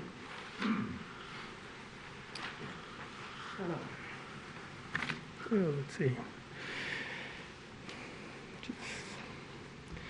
So, hello everyone, thank you. My name's Paul Weil. I live at 2408 Galpin Avenue in Royal Oak, and since we're on the topic, or since we're continually talking about sustainability, I think the Commission has a great opportunity to address sustainability in regards to one item that's on the agenda tonight, and that's the paving of Rochester Road from Main Street to 14 Mile Road, the repaving.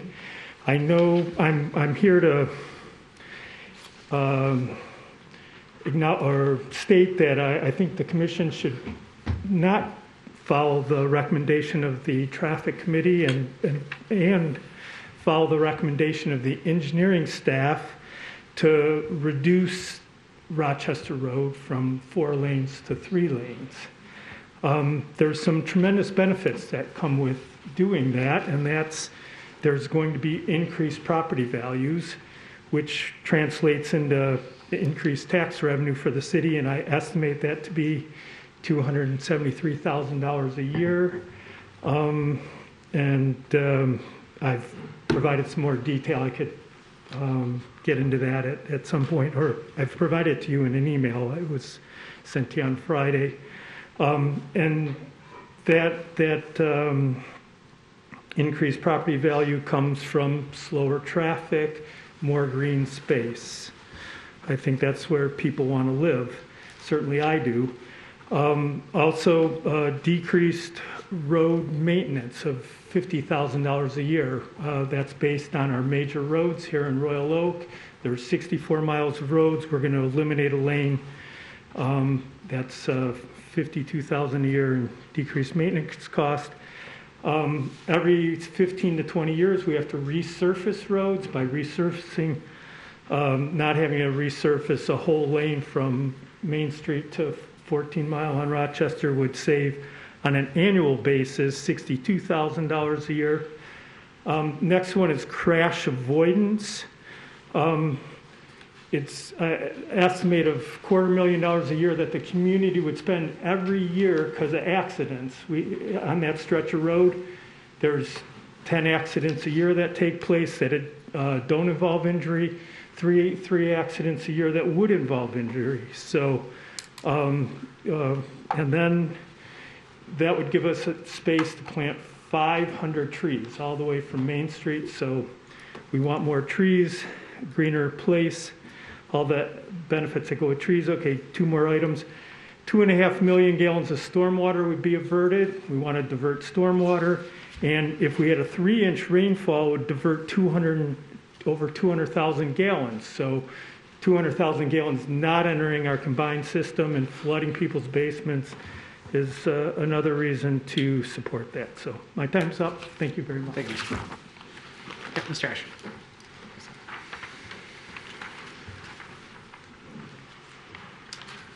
Hello, my name is William Asher. I reside at 1003 Irving Avenue in the south part of Royal Oak. Today's meeting includes an agenda item that Paul was just talking about, in which the Commission will vote to accept or reject a report from the Traffic Committee regarding a road diet for Rochester Road. You presumably have heard objections to this recommendation. People object to the road diet, some people do, because they think it will slow traffic down and drive traffic over to Crooks Road. I have to say I agree the traffic on Rochester will slow down, but I think that's for the benefit of everybody, for pedestrians, bicyclists, and motorists, since traffic accidents will be reduced. Also, I think it unlikely that motorists really will want to drive the 1.5 miles extra to go over to Crooks to get a shortcut downtown. I just don't think that's going to happen. Finally, an objection has been raised on social media that allegedly emergency vehicles will be blocked by the road diet. And I don't see how that can happen. Most drivers, when encountering an emergency vehicle coming from either direction, will move to the right and let the emergency vehicle go through. And if that requires going into the bicycle lane, which If I'm not mistaken, there's supposed to be a bicycle lane in the plan. If it requires going into the bicycle lane, that's fine, because you want the fire truck to get through. So I urge the City Commission to approve the report of the Traffic Committee. And thank you and happy Valentine's Day. Thank you, Mr. Asher. All right, we'll go. Yes, ma'am.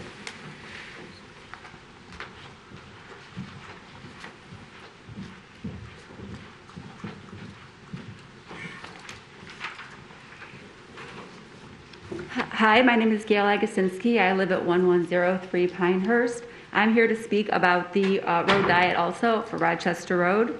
So I'm an industrial and operations engineer, and my current job is to identify and implement process improvements at a large healthcare company.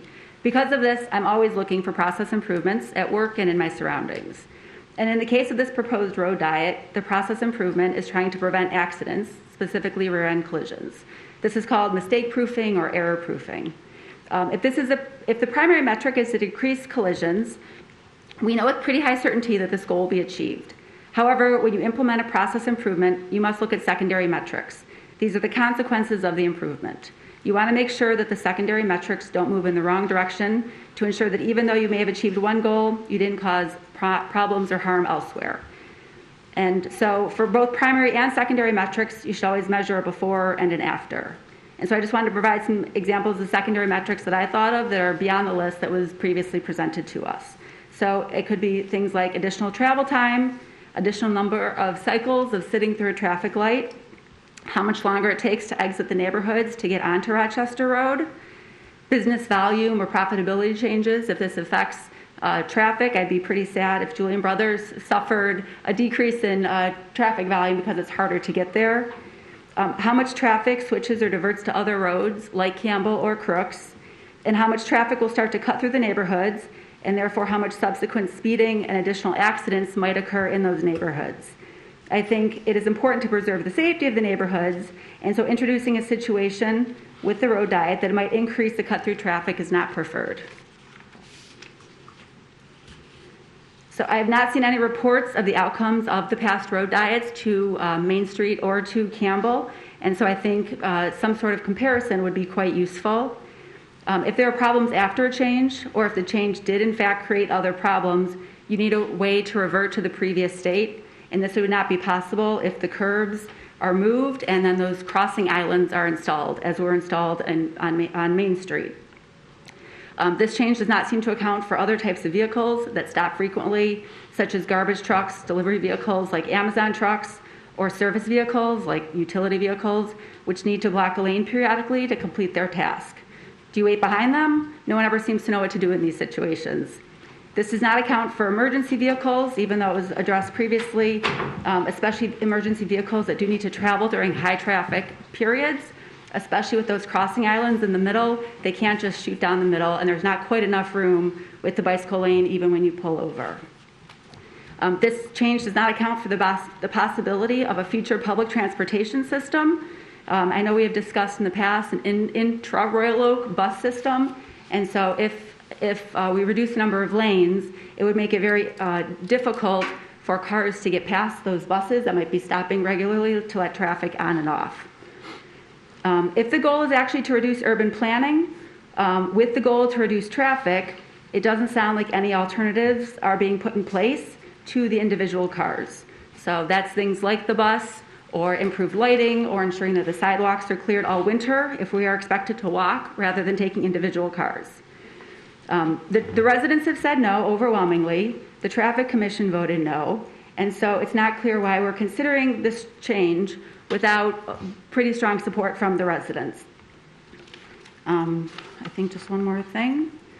Oh, and then also, it is hard to understand why we consider spending this huge amount of money on something the residents really don't want. This project hasn't demonstrated how it fits into the bigger picture of improving access around Royal Oak. Thank you. All right, yes, sir, here in the corner.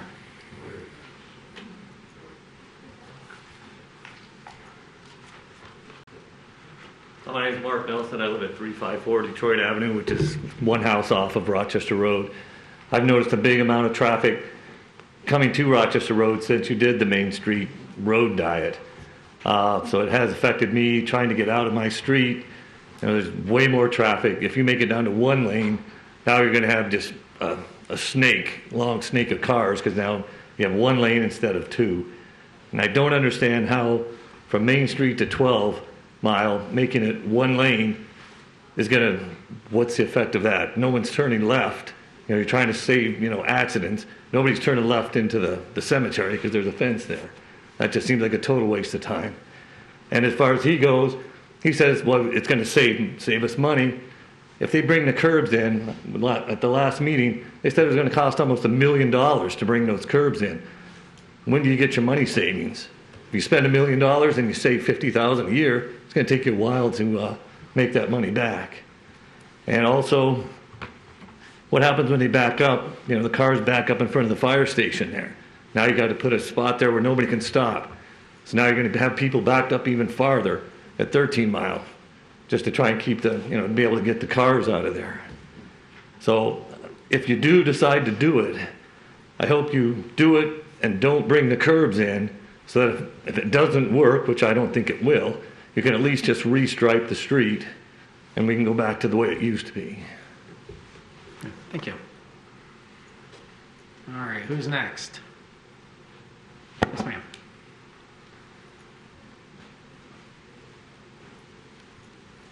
Good evening, Sue Fabian, 316 Midland. For those of you who have ears to hear, as to the Rochester Road Diet proposal, which I adamantly oppose, I do live on Midland, which is directly affected by this. What caused all the accidents that report identified? Has there been any study done on the types of accidents? If cell phones were the major culprit, reducing from 4 lanes to 3 lanes is totally irrelevant. The study showed, from what it can tell, that accidents happen at intersections. They were not back-end accidents. Again, shrinking the road is totally irrelevant when most of the accidents happen at intersections. This plan, as already noted, has been implemented on Main Street between 13 and 14 Mile, creating long backups during rush hour and indeed cut through traffic. You propose to increase this problem if this road diet is passed, in direct contradiction to the master plan's protective imperative of neighborhoods. Having road diets on both Main Street and Rochester Road will lock us in and make turning left turns so impossible. It's already difficult. Midland, in particular, where I live, is a boulevard, enticing side street cut-throughs already. We are already affected by Miners Den traffic, Waremaster traffic, and the new development on the old St. John's Church property. No traffic impact study has been done to investigate this particular concern. No economic impact study has been done on how small businesses may be affected. Most importantly, over 70% of the 400 plus Facebook respondents opposed the road diet. Doesn't this alone, if you serve the people, defeat this proposal? If you are in fact representing big money in going forward with the road diet, if that should be your vote, for reciprocal campaign donations, because we know that that happens. If you cannot say no to the false god of big money, then really I think you need to question why you are sitting in the seats that you are. Please don't do this to us. Please don't do this to us. Let the people be served, not severed, for your own sake. For what you sow, you reap. Thank you for your time. All right, Mr. Harrison.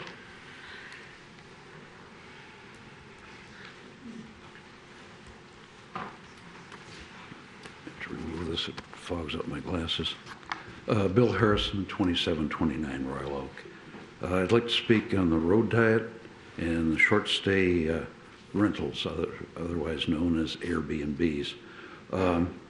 Please accept the Traffic Committee recommendation to not road diet Rochester Road. Rochester Road handles the high traffic in and out of Royal Oak. Rochester and Main relieve the pressure from Woodward Avenue. There is already spillover from Main Street to Rochester since the road diet was installed on Main. You should revise the report that was given about this road diet, identified impaired level of service at 12 Mile and 13 Mile. So you should revise the timing of traffic lights at 12 and 13 Mile intersections on Rochester to improve the level of service. Bike lanes on Main Street were reportedly, in that report, uncomfortable, and a dieted Rochester Road would be similar to Main Street. Now, I recognize that it's the bicyclists that are pushing for this road diet, so they have more bicycle traffic. In response to that, we need to implement and enforce safety laws for bicycles. Front and rear lights should be required to be on day and night. Reflective clothing should be required at night. Several years ago, while exiting Orchard View left onto Main at night, I could not see a biker on a black bike wearing black clothing and no lights. All I could hear was his whiskey voice saying, "Move over." That was when all bumps had bikes. Bike travel should be single file, and bike packs where you have a number of bicycles side by side should be prohibited. Secondly, regarding the short stay rental ordinance, there is none as far as I know. I tried on the computer to look at the ordinance. We need to add provisions in the zoning ordinance to address short stay rentals, otherwise known as Airbnbs, in single family zone areas. There have already been 2 instances of shootings at parties and short stay rentals. Currently, an absentee homeowner is converting a single family home into 3 short stay rental spaces. This should not be allowed in single family zone areas, and frankly, short stay rentals do not belong in single family zone areas. The public must be vigilant as the city master plan is revised in order to protect our single family areas. That concludes my prepared comments, but if you would allow me a minute to comment on the Black History Month, it occurred to me while I was listening to these folks. I grew up in Royal Oak. I can remember the Morrison home as a green clapboard farmhouse, wood framed farmhouse. The newer home that was provided by the developer that developed the apartments, and it's located, as you know, over by Planet Fitness there. You know, we have a historical marker at the Star House, and I think it would be very appropriate to have such a marker at the Morrison home that would identify the fact that that property was actually deeded to them by Abraham Lincoln way before Royal Oak was even a thought in anybody's mind.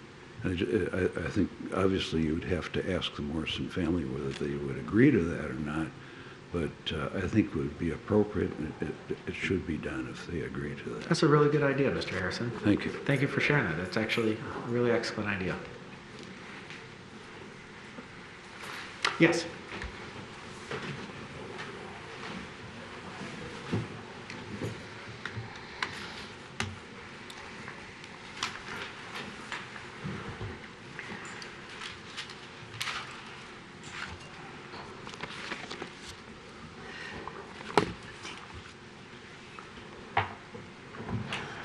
Dr. Wallace Anderson, 404 Mount Vernon Boulevard. I'm speaking tonight on agenda item number 10, the approval of January 2022 Traffic Committee recommendations. Please respect the Traffic Committee's decision on Rochester Road. I spoke to the Traffic Committee January 25th about my and my neighborhood association's concern over the proposed road diet. While the Traffic Committee decided not to recommend it, I've continued to think about it. I drove the traffic targeted area south of 14 Mile to Main a couple of times, just looking and thinking about what reducing traffic lanes, adding a turn lane, and likely adding bike lanes would do, given my experience with Main Street's similar road diet a few years ago. In my neighborhood, it's northwest from 13 in Main, west to Murray, and north to Lexington, we see increased cut-through traffic from Main during heavy, busy traffic times. And a Rochester road diet would affect neighborhoods both east and west in a similar way, although probably more to the east, since Main is less desirable now because of the road diet, and it's just a block or two west of Rochester. Another person at the Traffic Committee meeting raised a serious safety concern. The fire station on Rochester is just a couple of blocks south of 13 Mile. Backups several blocks long are common on Main during busy traffic times. A Rochester road diet would likely result in similar backups at 13 Mile. Would this not impede crucial emergency vehicle response time? If there's a strong need to slow down or quiet Rochester road speeds, a less expensive and less destructive approach would be one or two carefully timed stoplights between 14 Mile and 13 Mile near the park, maybe at Edmond, perhaps one farther north, up by Julian Brothers. The other thing driving Rochester prompted my thinking on was bike lanes. Maine has had them since the road diet, and they are not very often used. Why not? Because they are largely perceived as unsafe, with only striping separating bikers from motor vehicles.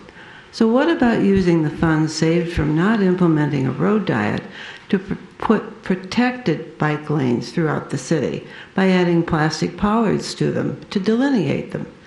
I've seen this done in several places I've driven, most recently in Ferndale and in Detroit on Cass near Symphony Hall. I'm confident bikers, especially those who are not part of the spandex set, would feel safer and use the lanes more. Thank you. Thank you. Yes, Ms. Wagman.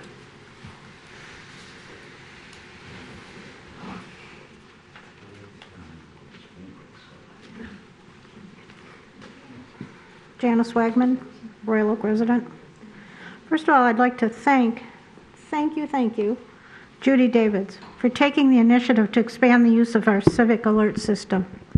As I stated previously, the pandemic should have highlighted the city's need to develop other means of contacting seniors with timely information, and Judy agreed.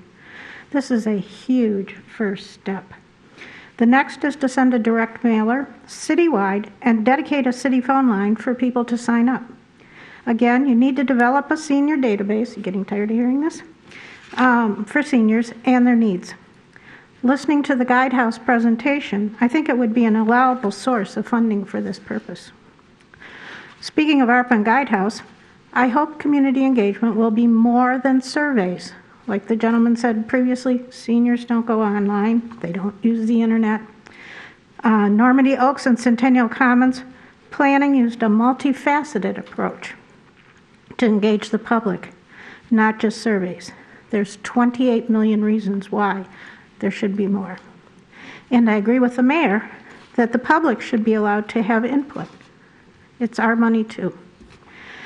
Strategic planning, which is on the consent or receive and file agenda tonight, I assumed it had been canceled because in the last 10 years they began in December, sometimes November and January, to allow the finance office and the department to properly develop the city budget.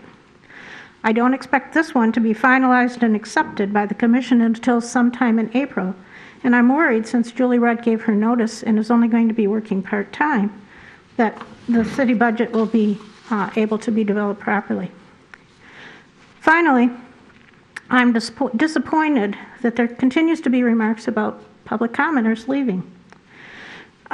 We have multiple ways to live stream and watch meetings on demand. I can watch it in my car on the way home. But I want to finally thank Richard Wilson, for live streaming the meeting on YouTube tonight. So much kudos goes to him because only WOW is currently being used for cable, and now we can watch it on YouTube. So thank you. Thank you. All right, anybody else? Yep, in the back.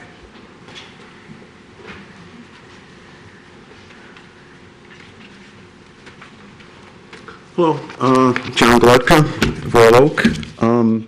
I also want to address the road diet.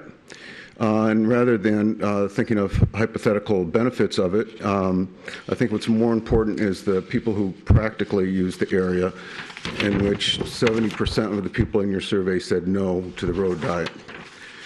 I say this as a resident living near houses from the Main Street bike lanes and 2 blocks from Rochester, and as a parent.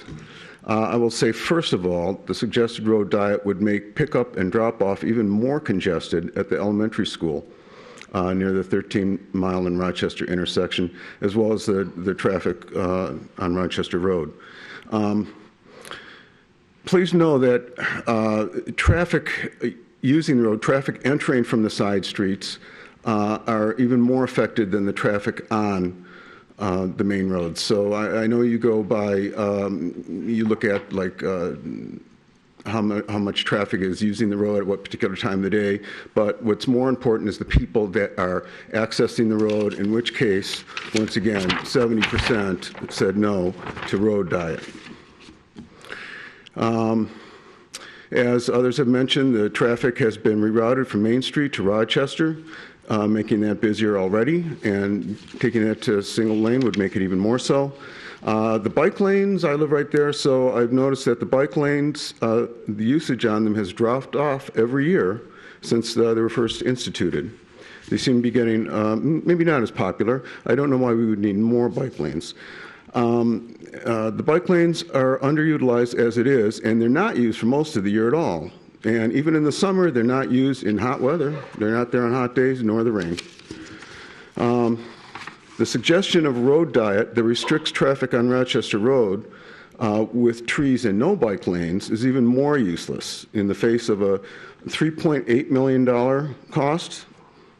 Unless you want to foster a reputation of less function for more money spent, I would go with the Traffic Committee's recommendation of no road diet. If you really want to address safety of the bike lanes, I would address the safety of the bike lanes. You could do so by lighting on Main Street, which would address the people who tend to use it, maybe more so in the summertime, but late at night, and they tend to wear dark clothes, and they have a propensity to do things that you would not expect. So if I was going to address safety, that's how I would do it, with the safety, with the current bike lanes. But once again, I would urge you to pay attention to the people who make use of the road, the 70% that said no road diet. Thank you. Thank you. All right, anybody else at public comment tonight? Yep, we do one per round. Going once, going twice. All right, sir, we're bringing the meeting back up to here. We only do one public comment per person. Oh, I thought you said I could come up again. No, sorry.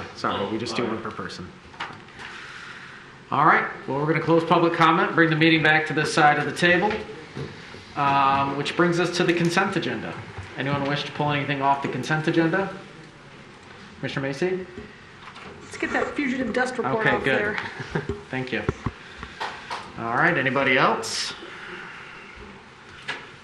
All right, the consent agenda now consists of City Commission meeting minutes from the 24th, claims from the 28th of January, 28th special pay, February 4th and February 11th, approval of purchase orders, declaration of disposal of surplus property, exercise option contract 2021 asphalt resurfacing, improvements, contract modification for materials testing and quality control services, award of contract cap 2025-2022 concrete street repair improvements, award of contract cap 2022-2022 joint ceiling improvements, award of contract cap 2240-2022 green infrastructure improvements, award of contract SW 2201-2022 022, concrete pavement replacement and prepaid sidewalk improvements.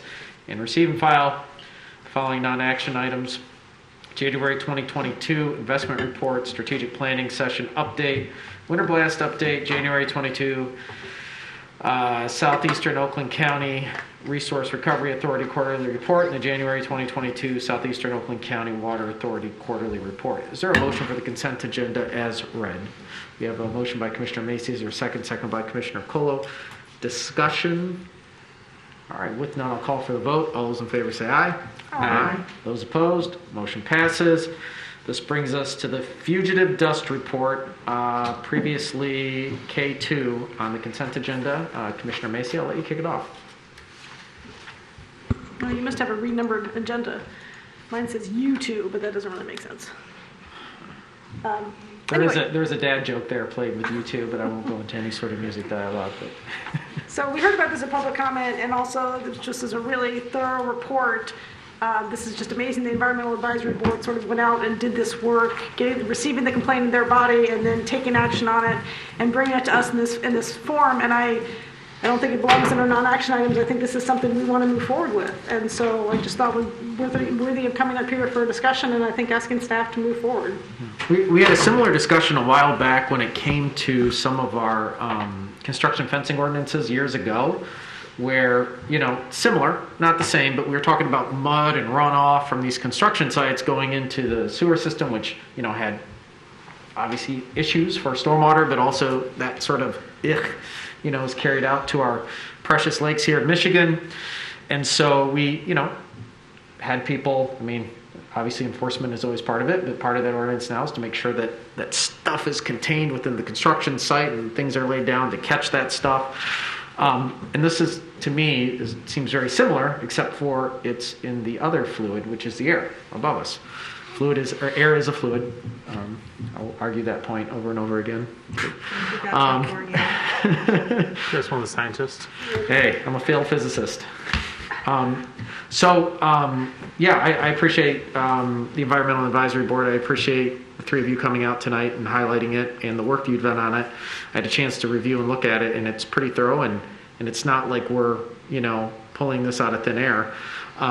We have other communities that have similar ordinances, and, we do live in a really dense community here. Just from a public health and safety point of view, you get a construction site, kitty corner. What does that mean for the air you're breathing or, the dust on your house? So I'd be eager to understand how my fellow commissioners want to proceed and what sort of direction they want to throw out there. But I do think this aligns with what we're trying to do with our environmental sustainability plan.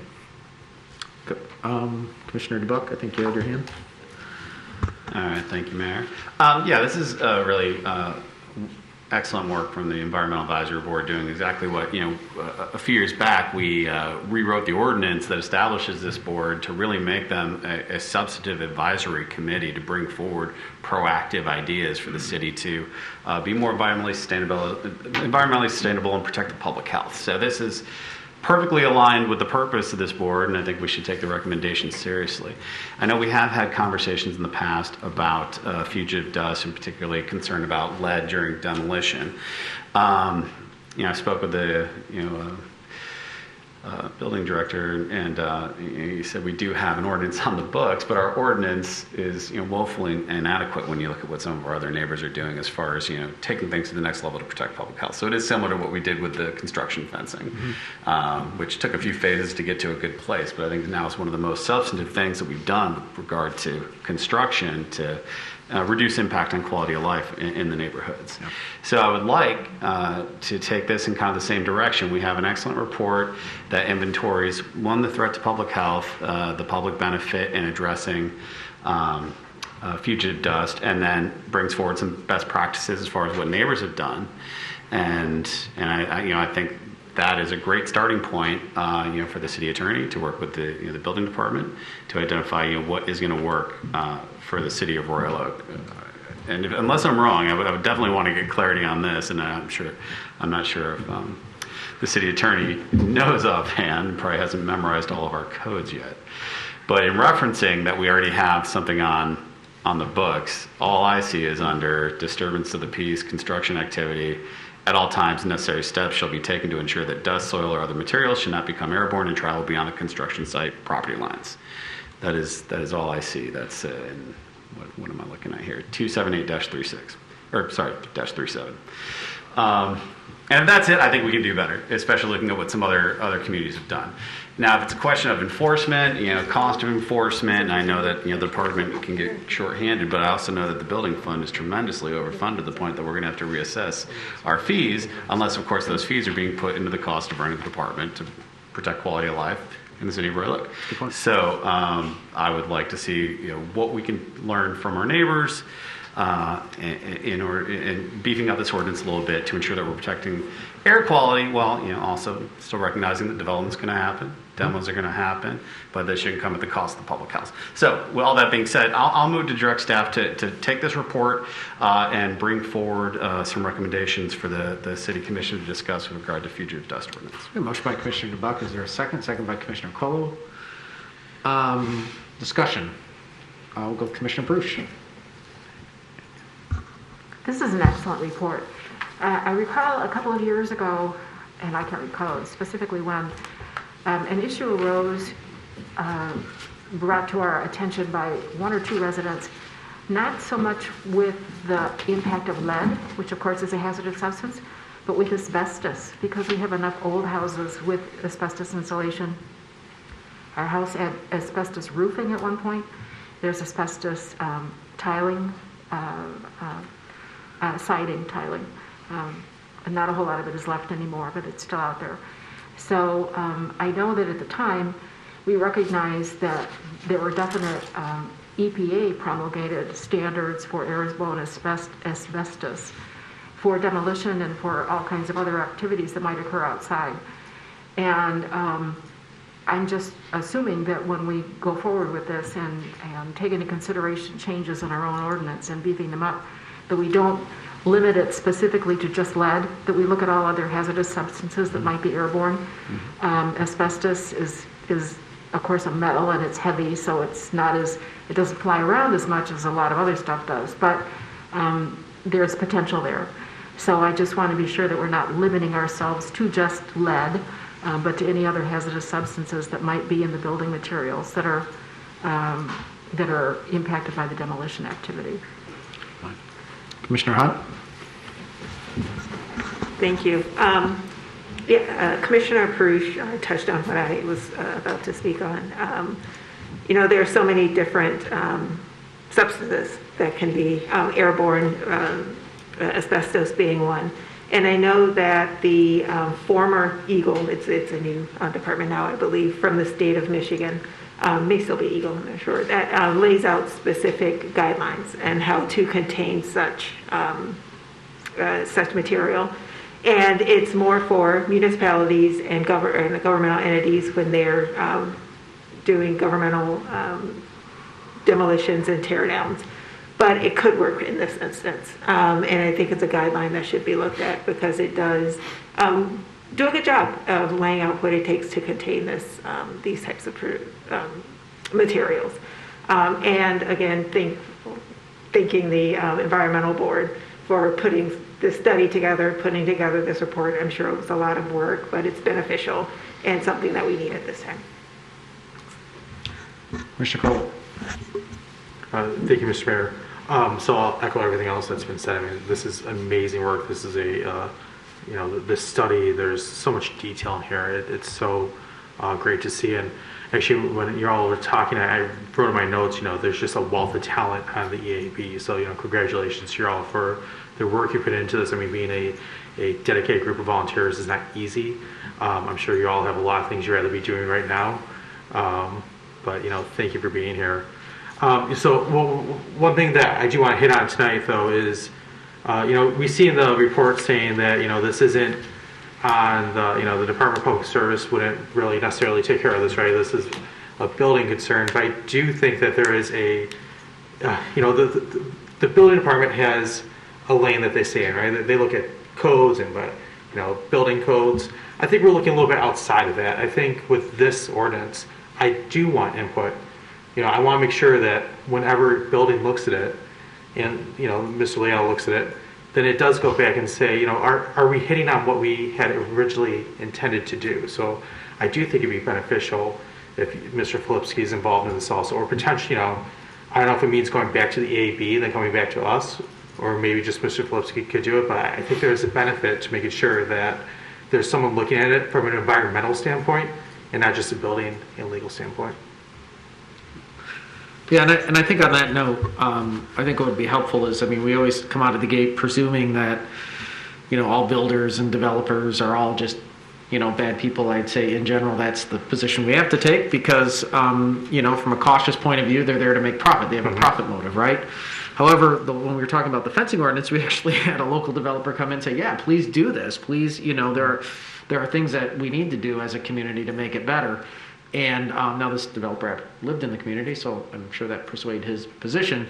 But I think also, too, part of this is giving that direction. We do have an ordinance, but how do you define it? How do you say what's this, what's that? I think that we need to go to the point where we are, you know, it's clear what you have to do, like we did with the fencing.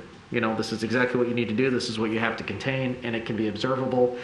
And I think that's helpful for people coming in here and making investments in our community. And a lot of these homes, you know, they're being updated, reconstructed, and they're becoming better, more efficient buildings, and that's an okay thing. That's a good thing. But we just have to do it and make sure that how we get from maybe an inefficient building to a building that fits a family's needs with, you know, being more efficient is done. You know, that step in between is done the right way too. Yeah, I'm curious to see what staff comes back. Good news is we didn't, you know, we have a great report here from the Environmental Advisory Board, and we got a good basis to go from. So, anybody else? Okay, well, I'm going to call for the vote. All those in favor say aye. Aye. Those opposed? Motion passes. All right. Thank you very much. Mr. Mayor? Yes, Commissioner Cole. When we move on, can I make a motion to change our agenda to do the Department of Public Services fuel system repair upgrade next? I see Mr. Filipski sitting here now, and he has a very long night if he has to wait till then there. Well, I'll tell you what, let's do it after, you can make a motion to make it before item 10, because we do have petitioners here tonight. That's exactly what I just said, I think. Thank you. I thought you said next. Okay. All right. If you'd like to make a motion real quick, I'll give you that opportunity. Yeah, a motion to make it after number 10, after Hopcat. Second. After number 10 or after number 9? I think they're different. Do we have different agendas? We do. Okay, so I got one. I got a paper one that would say that it's after number 9. Okay, how about before the traffic committee recommendations? Let's make it easier. There's a motion by Commissioner Colo. Is there a second? Second by Commissioner Douglas. Discussion. Commissioner Macy. Sorry, I love Mr. Filipski, you know I love you, Aaron, but I don't quite understand why we would move something forward for our staff when we have people who are waiting here to hear about some of these other things. I guess I don't, is that a common thing we do if we have someone who's staff at the end of the agenda? Do you have someone to be? You can vote no. Can I address the commission? Yeah. Oh, yes. I am prepared here. I appreciate the gesture, but I'm fine waiting. This was asked for by Mr. Pelosi. I noticed he's sitting here and he had nothing else on the agenda. So I thought, quite frankly, it probably could have been on the consent agenda. Okay. Commissioner Kirsch? Second. I echo Commissioner Macy's sentiments. Okay. Anybody else? All right, I'll call for the vote. All those in favor say aye. Aye. Those opposed? No. Okay, we'll keep it in its same spot. All right. So that brings us to item 9, which is the Michigan Liquor License Established Public Hearing on Request. Public hearing, Hopcat LLC, South Main Street, request to approve plan of operation, entertainment permit, Sunday sales permit, outdoor sales permits, and social district permit. Now, this is going to be a public hearing. But we're going to begin with Lieutenant Spencer. Are you going to kick it off for us? Yes, sir. Okay. No problem.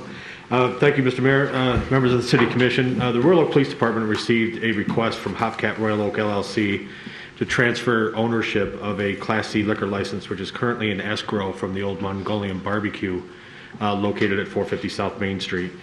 They have requested, like you said, Mr. Mayor, a Sunday sales AM/PM permit, an entertainment permit, 2 outdoor service areas under 1 permit, an additional bar permit. I apologize, that missed the first part of the public hearing notice, and then the social district permit. The original license was transferred back to Royal Oak Partners, LLC, who owns the property there where Mongolian Barbecue is. And that's going to be, when Mongolian Barbecue closed permanently, they held onto that in escrow, and that's the license that Hopcat is currently seeking. The applicants are going to be doing business as Hopcat. Currently, Hopcat Royal Oak LLC is owned by Project Barfly, which is also owned by that Project Barfly is owned by Project Barfly Holdings. That is further separated out into 3 other investment groups that own kind of like a cascading business format there. As we continue, the applicants are going to purchase a Class C liquor license for $1 as part of a 10-year lease agreement with Royal Oak Partners. And that license will revert back to Royal Oak Partners should the lease be terminated at some point in the future. Moving on to the Hopcat Royal Oak LLC is going to spend approximately $3.3 million on renovations, fixtures, furniture, and inventory. The project is going to be funded directly from capital of Project Barfly. Some of the proposed renovations is going to be include expanding into 430 and 470 South Main Street. Both of those spaces were formerly occupied by Noodles and Company. And the GameStop, so it's going to occupy all 3 of those spaces. That's in essence what's kind of kicked off the public hearing portion of it, is because the square footage of the proposed location is going to significantly change. The applicants also anticipate opening roughly in June of this year. Currently, the applicant has employed Craig Stage as the area director who's going to run the day-to-day operations until they can find an experienced general manager. Mr. Stage was also the previous general manager of when Hopcat was located over on 5th Street there. I did contact several agencies. Project Barfly owns several Hopcat locations throughout the state, and I contacted several of the agencies that have a Hopcat in their jurisdiction, and every single one of them reported back that Hopcat with the new ownership has been responsive. They haven't had any issues with their Hopcats in their jurisdictions. So, if approved, the applicants are going to run a full-service restaurant with a craft beer bar. Their requested hours of operation are Sunday through Thursday from 11 a.m. to 11 p.m. and then Friday and Saturday from 11 a.m. to 12 a.m. They're going to serve something similar to what they had last time, gourmet burgers, handhelds. I think their famous fries were on there as well. They expect the food alcohol ratio to be 75% food and 25% alcohol. The space is going to be roughly 11,208 square feet with total proposed interior seating for 265 patrons. This includes 55 total seats at 2 bars. There's going to be a single bar inside, and then there's also going to be an outdoor service area, or 2 outdoor service areas. 1 outdoor service area is proposed to be your traditional outdoor seating area. The other outdoor service area is actually going to be in conjunction with the second bar on the corner of 5th and Main Street. So the outdoor service area is actually going to have access to a bar similar to this table. If I'm sitting outside, I can sit at a bar, and then on inside, they're going to be able to sit at a bar on the inside, and this can be designed around the corner of 5th and Main Street. Further discussions with the applicants, it's clear that no direct access to the outdoor service area is going to be made from the sidewalk, so you can't come up from the sidewalk and just grab a drink from the bar there from the outdoor service area, and that's part of their plan of operation. They've also agreed to sign and adhere to the city's sidewalk cafe agreement. Of course, final capacity will be determined by the police department after input from the fire and building departments. The applicant has also requested an entertainment permit for future use related to trivia nights and contests. All the windows and doors will be closed if they have permission from the chief of police to have occasional live entertainment for special events, which includes bands and DJs. So all the windows and doors will be closed when that occurs. And they have agreed to strictly adhere to the city's entertainment agreement, which is also included in the packet. Our findings at the police department find that the applicants meet the requirements necessary to be granted this request, and we don't anticipate this request to cause any additional strain on police resources, and we do not object to the request. Any questions for Lieutenant Spencer? Okay, Commissioner Colo. Thank you, Mr. Mayor. Lieutenant Spencer, I'm sorry, can you describe that second outdoor seating area again? So the applicants have requested the outdoor seating area. It's on the corner of 5th and Main Street. Mm-hmm. So the outdoor service area would kind of wrap around the corner of the building. And at that outdoor area, there is going to be bar seating. And on the inside, opposite of the outdoor seating area, there's also going to be a bar in the inside. So it's like a corner bar where you can access it from inside the building, and you can sit at it at the outdoor service area. Is that what we're seeing in attachment 1 in the bottom left corner? Yes, let me make sure that I'm... Commissioner Cole, I don't know if you can kind of see it, all those like right there in the corner, all those little seats. Yes. So if you see where the Hopcat symbol is, that's the corner where that corner outdoor service area is, in conjunction with the indoor bar area. Okay. And Mr. Mayor, also Mr. Grobel, the attorney for the applicants, are also here with them as well. If you have any further Come on questions. up if you want. We never force you to. You don't have to plead the fifth, but welcome back. And it's good to see you guys again. How you doing? Doing well. Doing well. Thank you, Mr. Mayor, Commissioners. Glad to be back. Steve Grobel, Hopcats liquor licensing lawyer and also a Royal Oak resident. With me tonight, Kevin Kozak, who's the Vice President of Development and Construction, and Craig Stage, who's our Area Director.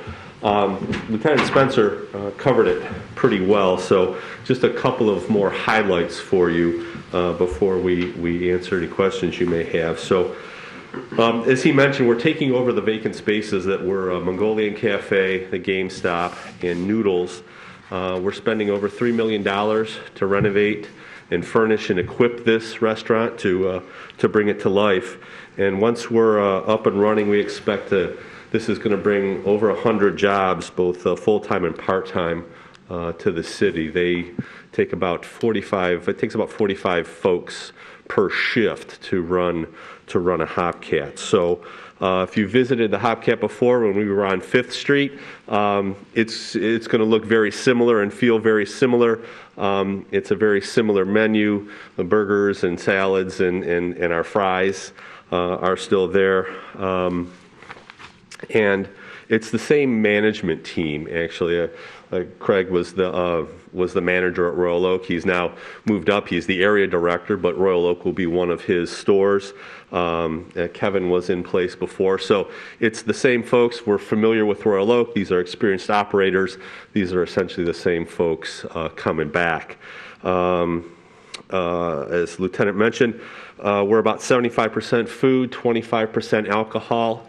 So I want to make clear to you, we are a restaurant that serves alcohol. We are not a bar that serves food. Okay, we are a restaurant. So we've had a good relationship with the city previously in our iteration over on 5th Street. We fully expect that to continue. Royal Oak was our most successful Hopcat location. So it was a priority for us when we got back to make sure we got back to Royal Oak. So we found a spot. We're back here. We're very excited about being back in Royal Oak and look forward to being here again. So if you have any questions, these two gentlemen are better equipped than I am to talk about if you have operation questions or anything about that, or Kevin in particular about maybe the layout or what we look like. So we're happy to answer any questions you may have. One out of the gate, what's your timeline look like? Kevin? Well, it's up to you guys. After we get through this, obviously we got to go through special land use. Well, I wish. We have to get through a special land use hearing after that, which is, I believe, April 8th, if we can get on the docket there. So as soon as we get through that and permitting, we're hoping about a 90-day construction schedule. So we're looking probably end of third quarter this year. Yep. That's pretty good. I've missed you all. I'm glad. And, I'm very excited about that. But I'm going to ask you, we've had a few petitioners for new restaurants in the last 6 months or so. And I'm really excited about the optimism about that downtown Royal Oak and being successful here. My understanding is that the service sector is still really struggling with attracting and retaining folks, staff. And just wondering, what is your strategy and how confident are you going to be able to get folks in? Like, are you paying super competitive wages with good benefits, or is it just the quality of employment there?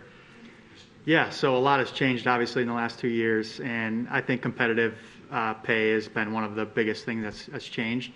Our Detroit location has actually been one of the most consistent staff locations since all of this started with the pandemic. So we're hoping that our name will kind of carry over and be able to get, I fully expect to get back some employees that we actually had at the previous location. So obviously you got to stay extremely aggressive, and it takes a lot of time to hire up, especially for an operation this large, but we are confident. Mr. Mayor, there's a question been posed about whether or not you've opened the public hearing yet.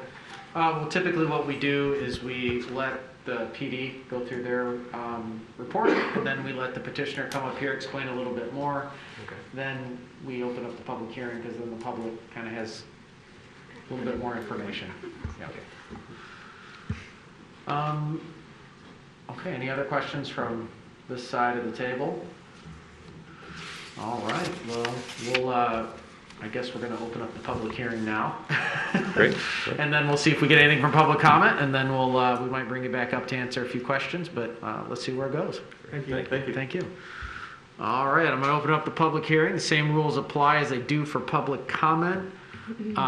Anybody wish to come up and speak tonight at this public hearing? Yes, sir.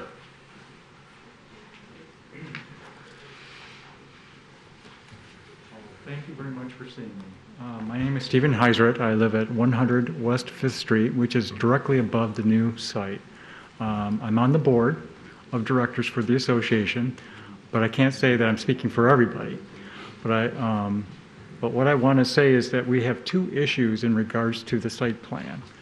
The first one, and most importantly, is the side door, which is it's labeled carry-out door, which is located next to our lobby and our garage doors. I don't know if you're familiar with the 5th Avenue or 5th Street. As far as their parking, it's no parking on either side of the street. But because of the carry-out during the pandemic, we've had a lot of carry-out individuals picking up their food. And subsequently, we can't get into our garage a lot of the times. We end up with confrontations and honking horns. By having the service door, the carry-out door, next to our garage, that will only increase the amount of traffic and the inability to get into our garage. So what we're asking is if we could have the carry-out door moved to the front of the building rather than the side. And the Royal Oak Police has been very good at, whenever we call them, they would help, ticket, but we just can't have them posted there all the time. But from 5 o'clock until 10 o'clock in the evening, the traffic down there is unbelievable. And it's a hit and miss whether or not you can get in the garage. The second part is more for me, I guess, is having to do with the entertainment part of the package or the permit. I'm concerned about karaoke night. Why I say that is my unit is across from O'Toole's. And on Sunday night, it is very loud. And sometimes I've had to call the police, and again, they've been very nice. They've gone over there and turned it down, but if the doors are open, if the windows are open during karaoke night downstairs, the noise would bounce off from Buffalo Wild Wings and bounce back and forth and basically go upwards into the units above. So my concern is, could we strike karaoke night or karaoke from the entertainment portion of it? Because I don't know how you could actually have the garage doors or the doors closed and the windows closed during live music and so forth if you've got an open bar. So that's my concern. Thank you. Thank you. Anybody else wish to speak tonight at the public comment or the public hearing? Okay, we're going to return the discussion back to this side of the table. The public hearing is closed. Any other discussion, any other questions for the petitioner? Commissioner Macy. Can we just get the petitioner's thoughts on the public comment? Yeah, I mean, that's your privilege. Mayor Pro Tem calls you to the podium, gentlemen. And I know we heard a couple of concerns here, and I think, we'd like to hear sort of your thoughts in response to both the potential noise as well as the traffic enforcement. Because I do see that being, if you can't get into your building, that's a concern for sure. Sure, absolutely. And we had a good discussion with the neighbors out earlier in the meeting. And as we told them, listen, our goal is to be a good neighbor and to get off on the right foot. Let me start with the second one first, which is the entertainment. The MLCC requires you to have an entertainment permit. Oddly, it's not to have music, but if I wanted to have something like a trivia night, they require me to have an entertainment permit. So we petitioned for one. So frankly, we're not planning on having a live band. We're not planning on having a DJ. We're not really planning on having karaoke night. That's not part of our regularly scheduled set of activities. Now, these gentlemen can speak a little bit more to the particulars of that. So I just sort of want to let you know that and let the neighbors know that that's not really what. Even though we have an entertainment permit, we're not planning on setting bands up and DJs up and piping a lot of noise. The music we have is sort of ambient noise. Again, we're a restaurant. It's not a nightclub. We're not, really cranking up the tunes at all here. It's sort of at an ambient level. And on the issue of the carryout door, I understand that, and I in talking to them, obviously that's frustrating. That situation that they're having here with difficulty getting in. We talked about, and we've still, have now many more discussions to have with the city in terms of finalizing this plan. I mean, I suppose that's something we'd be willing, again, to talk to the city about to see if we can't make something work for everybody here. I mean, I don't want to talk about the school here. Sure. No, we're fully committed to, like I said to the neighbor earlier tonight, we're fully committed to exploring all options. We understand the pinch points with parking, takeout. It's a new revenue stream for everybody in the industry up and down the road. Hopefully we can come up with a solution with, on-street parking or something, but we're fully committed to spending time with planning, with traffic, and coming up with the best solution that's a win-win for everybody. And site plan's going to be a little different from what we're doing here today. Sure. Site plan's another conversation. We talk about you guys wouldn't have trees being in the heart of downtown, but we always talk about the trees and the roadways. And I think another interesting thing to look at too is see what MPS could do. Maybe there's a mock, pole there, where that might disincentivize people with camera technology to park there. And then, also communicating with these, I don't know, you guys would know better with your Grubhubs and DoorDashes, like explicit instructions for drivers. And then of course on busy nights, you got 45 people there. Not that you'd want to, throw somebody out there to enforce, but if there's issues. But I think and then moving the door, of course, is another option. So there's a lot to explore here. I think that can work for everyone without, impeding everyone's enjoyment of our beautiful downtown. So, all right. Any other questions for the petitioners? Okay. Well, we're not doing the site plan tonight. So, I know you said you're really not planning to do any of this live music that will be maybe very loud, but how do you close the windows if you have that open bar? When it's not in use? Well, no. It said if there's going to be live music or something, all the windows and doors will be closed. I thought it said that in the. Sure, that's what the lieutenant said in his plan of operation. They're garage doors. There's 3 garage doors that are proposed on Main Street, 1 on Main Street and 2 on 5th. They're operational garage doors that can go up and down. So if you have live music, you would shut the garage doors? Correct. Oh. Actually, we can fully commit to you that we're never doing live music because that's not who we are, unfortunately, like he said. But if we ever do, so we do have private event rooms just like we had at our last location. If you wanted to rent it out and per se, somebody wanted to get up and talk on a microphone. We've designed our space, it's actually in the back Yeah, part of the I see building, that'll be completely segregated from where the bars and the windows would be open on the front side. The only music that you'd ever hear coming out of our building would be just the ambient music, which we would, apply by all, local sound ordinances with the music. And you're closed at 11 p.m. and midnight. That is correct. Yeah. Thank you. Any other questions?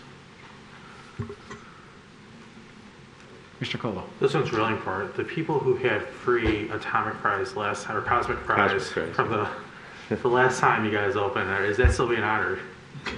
Are you a card holder? You still have them? No, I'm excited for you guys to come in. It's gonna be really Thank you. All right. Well, yeah. Well, okay. I think we're good, gentlemen. All right. Thank I you. think someone's going to make a motion here. Mr. Colo. Yeah, I make a motion to approve this recommendation. All right, we have a motion by Commissioner Colo. We have a second by Commissioner Perush. All right. Discussion. Commissioner Colo. Can I just echo statements that I really think when it comes to look at the site plan, we do need to look at the street.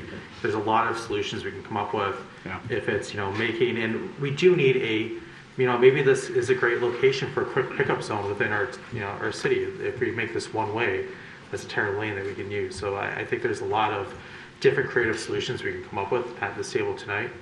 But I think that this might be a potential to kickstart something in the city. Well, it's just an awkward street to begin with.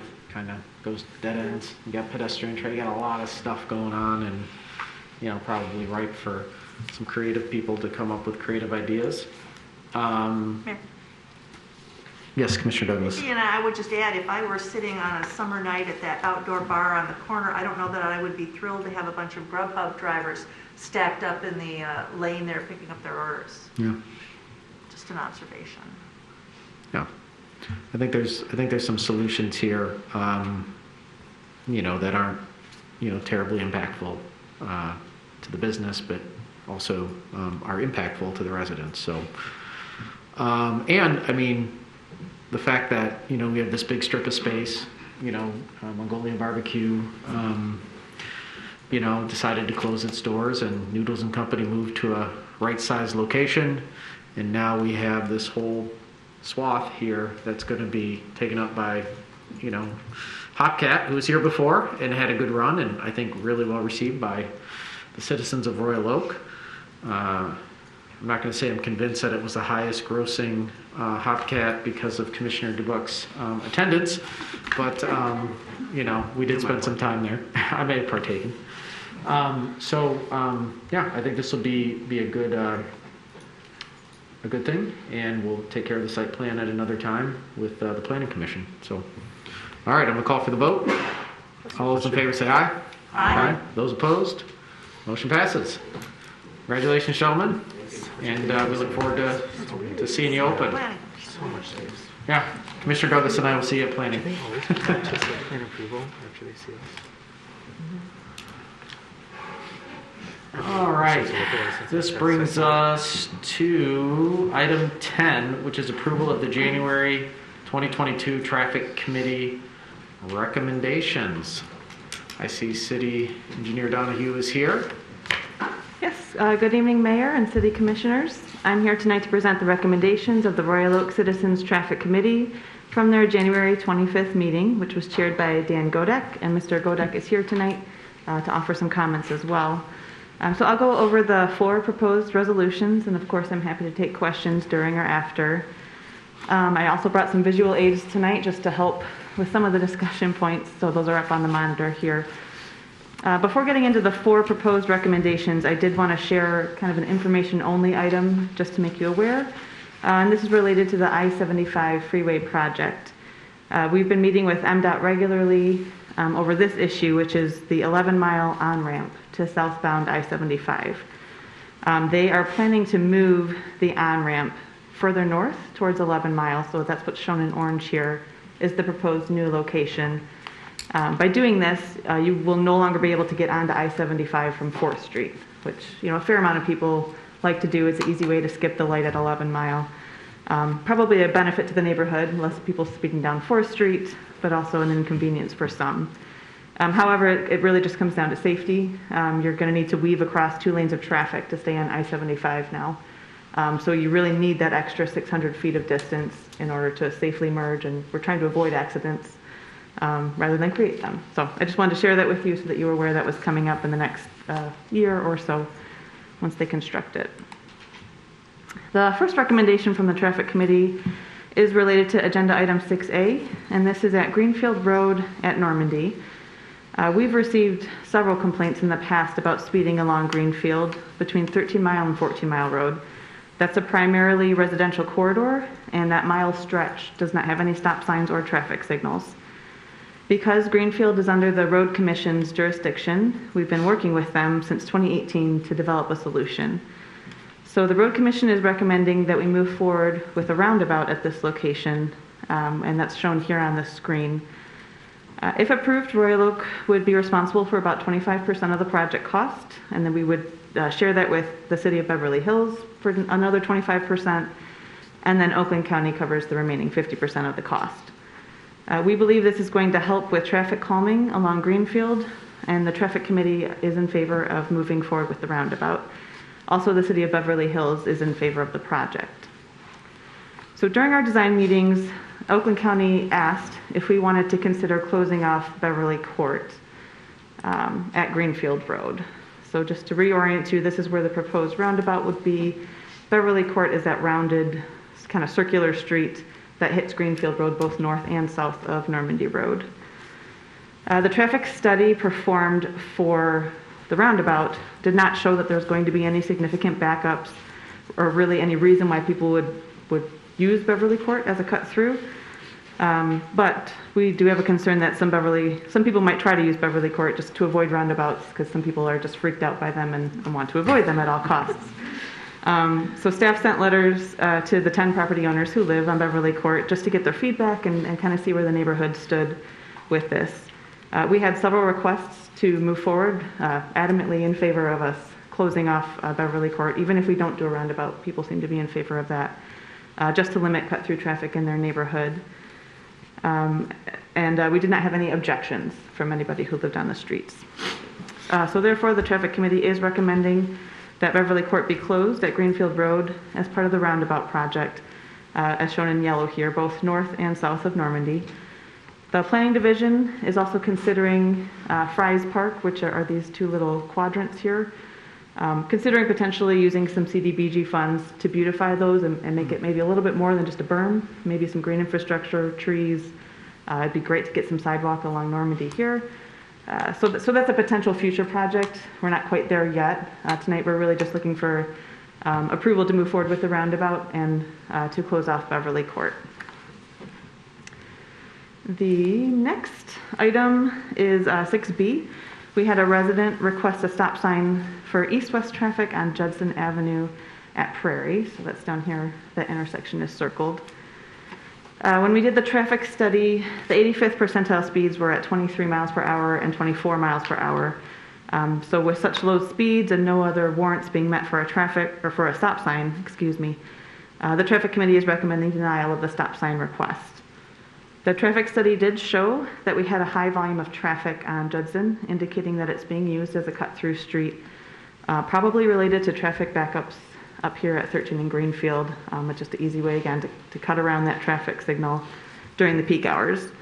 So this is not really something the Traffic Committee would want to force on the neighborhood, but certainly if they wanted to come forward with a petition to restrict restrict turning onto the street during certain hours of the day, that might be something the neighborhood wants to consider.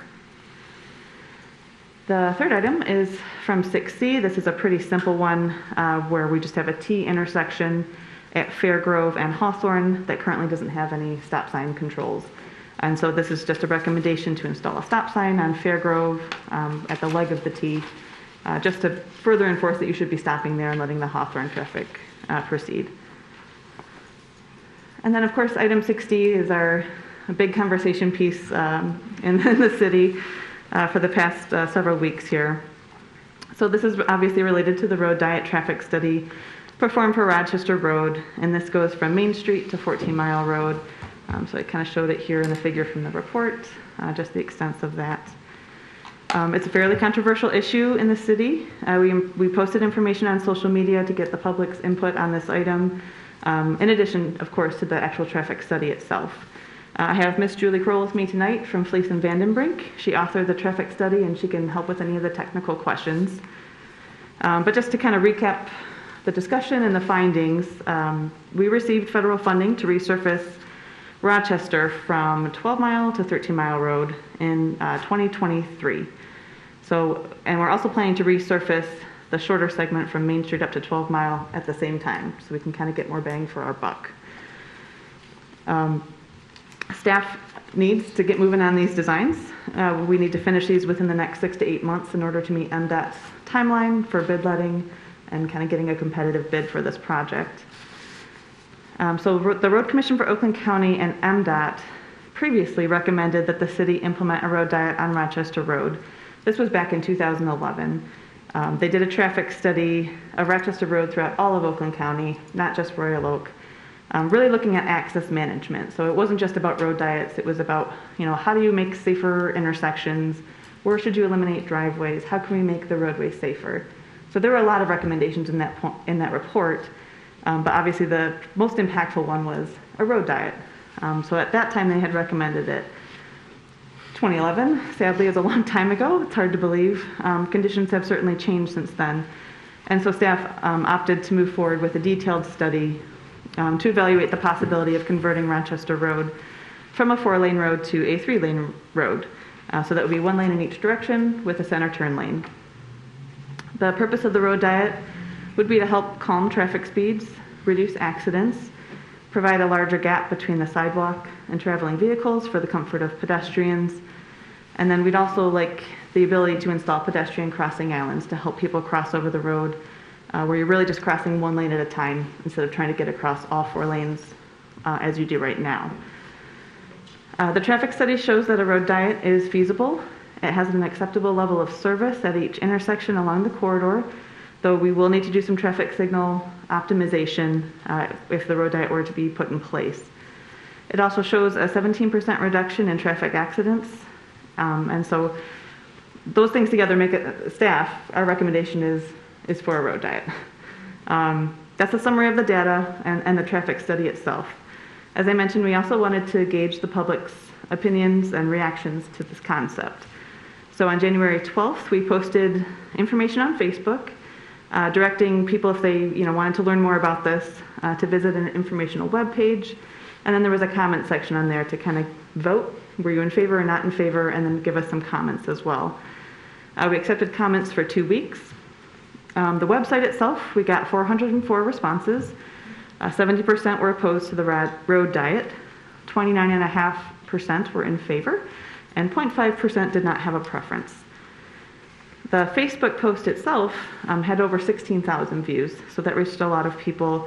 And we actually had over 5,000 clicks to the informational webpage. So we had a lot of people read it, not so many people voting compared to who went to the webpage, but still a decent turnout of opinions.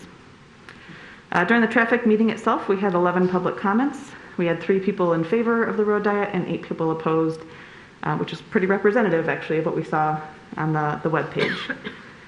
To summarize some of the findings for people that were in favor of a road diet, some of the common comments included with Main Street as a road diet, people feel safer using that roadway. They feel more comfortable about not being rear-ended, or perhaps they feel uncomfortable right now that they're going to get rear-ended while waiting to turn left. They like the idea of more separation between vehicles and the sidewalk, especially people walking their kids to Oak Ridge. They were glad it would help force traffic to slow down. Not too many people commented about whether to do bike lanes or do something else there, but if they did comment, they seemed to be in favor of bike lanes. And then a lot of people were happier about the idea of it being easier to cross the road and get to some destination points like the parks. For people that were against the road diet, a lot of people were saying that Main Street as a road diet was a failure and that traffic on Main Street is overly congested. We also kind of heard the opposite of that the Main Street road diet was fine, but that's only because all the traffic went to Rochester Road, and so we shouldn't really use that as a metric for assuming that a road diet is a good thing. A lot of people were concerned about impacts to their travel time. concerned that this is going to push traffic into the neighborhoods or to other major roads of Campbell and Crooks. There were concerns that it would be more difficult to turn out of the neighborhood side streets, and several people felt that we were basically trying to solve a problem that doesn't exist. Like, if it's not broke, don't fix it. That was a common theme. So along with the possibility of doing a road diet is the question of, if we move forward, what do you do with that extra lane of space, which is about 10 to 11 foot of space? We could either move the curbs inward. That would help us with some more green space along that corridor. We'd have a narrower pavement section to maintain. Or we could look at installing bike lanes on each side of the road, very similar to what Main Street looks like. So they're kind of right up against traffic, but you could fit them on the road. But before I go into too much detail on that information, it's obviously important to note that the Traffic Committee voted 5-1, and they're recommending denial of the road diet along the corridor. And I think, and Mr. Godek can certainly expand on this, but I think generally the benefits to them did not seem to outweigh the negative public opinion that we got for feedback. So Mr. Godek is here. I don't know if you want to speak any more on this. And then, of course, Ms. Kroll is here as well. So I think I'll pause here, maybe see where the conversation takes us. Yeah, Mr. Godek, come on up. Good evening, Mayor, Commissioners. It's good to see you live. Holly did a great job of covering the description of what went on. I was just trying to give you a feel for our discussion that evening. It was a long back and forth, and I don't think I asked the committee members to voice their opinions to me so I could try to express them here tonight. And it wasn't so much following public opinion as it was a general feeling of safety. It's a consideration. Being on the traffic committee for as long as I have, the biggest problem we deal with is cut-through traffic. That's their big hitter. And if you could wave a magic wand and that go away, you could probably dissolve the traffic committee and just handle the things right up here. And this proposal, in my mind and a couple other committee persons' minds, is that's what's going to happen. I believe one of you referred to permit parking is like squeezing a balloon. And it's a similar situation here. The traffic's not going to go away. And right now I can hold up my phone, open up my Waze app, and if I come back from Julian Brothers and I get stuck at 13 Mile, I'm going to cut on Whitcomb and go over and go to the next street and get through. And what we see too in the traffic studies where we do have safety issues with cut-through traffic, folks that do that typically they're in a hurry and they're not going to do 25 when they cut through. And that's what these people are so passionate about, is that when someone goes by the front of your house at 35 miles an hour, you feel unsafe. So that was the biggest driver for me and a couple of the committee persons. And a couple of people spoke to going north and south in our city is difficult for bikers and vehicles. There's not a lot of avenues. There's Campbell, Brooks, Main, Woodward, and we've already got a fairly good thing going on Main Street here, with the bike path, the dedicated lane, and this being so close and almost parallel from city, from Gardenia to city limits, that it was felt that we've got something in place right now on Main Street. So those are most of the opinions. And we also compared it to Campbell. A lot of the level of service, and the consultant can probably speak to that better, that we're at a E or during rush hour periods. And if you get stuck on Campbell during rush hour doing Lincoln and 11 Mile, you know what we're talking about. That's it, mostly in general comments. Thank you, Mr. Godek. Any questions for Mr. Godek? You stick around for a little bit in case we have one that pops up? Okay, thank you. All right, perfect. All right. So we might have one of those situations where we got 3 out of 4 that are no-brainers, and then we got one we're going to talk about. Commissioner Perush. I'll just make a motion that we approve the recommendations of the traffic committee for the first 3 on the list, A, B, and C, or whatever they're designated. Got a motion by Commissioner Perush, second by Commissioner Macy. Discussion? Commissioner Colo. Thank you, Mr. Mayor. Just talk about B really quick. I'm definitely going to vote to approve this, the motion as presented. But Ms. Donahue, we talk about like asking the community for recommendations on how to slow down traffic to Judson. Is there a way we can give them some ideas? Because, I mean, I don't want to go design. I wouldn't know how to design how to slow down traffic, right? Like that's not something that I think the average person's going to know. Is there a menu, a list of options that we give them to say, hey, these could be some really good options. If you're trying to accomplish this, here are some options. Go petition. We haven't done that in the past, but that's certainly something we could put together.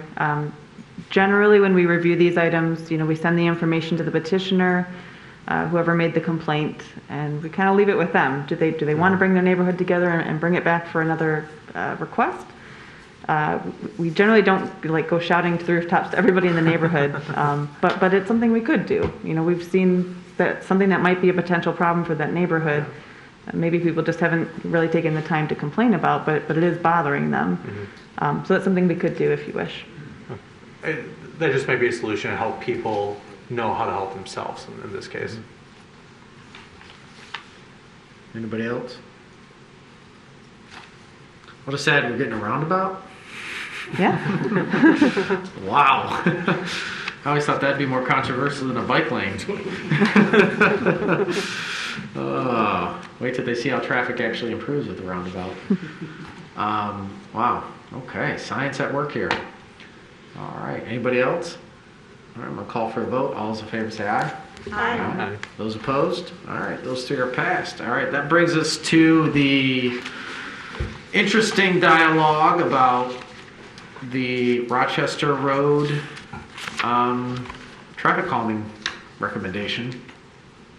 Commissioner Colo? Thank you, Mr. Mayor. I just want to kick off with a question for Ms. Donahue or maybe the consultant. This is a 400-page packet. There's a lot of data in here, and I went through a lot of it.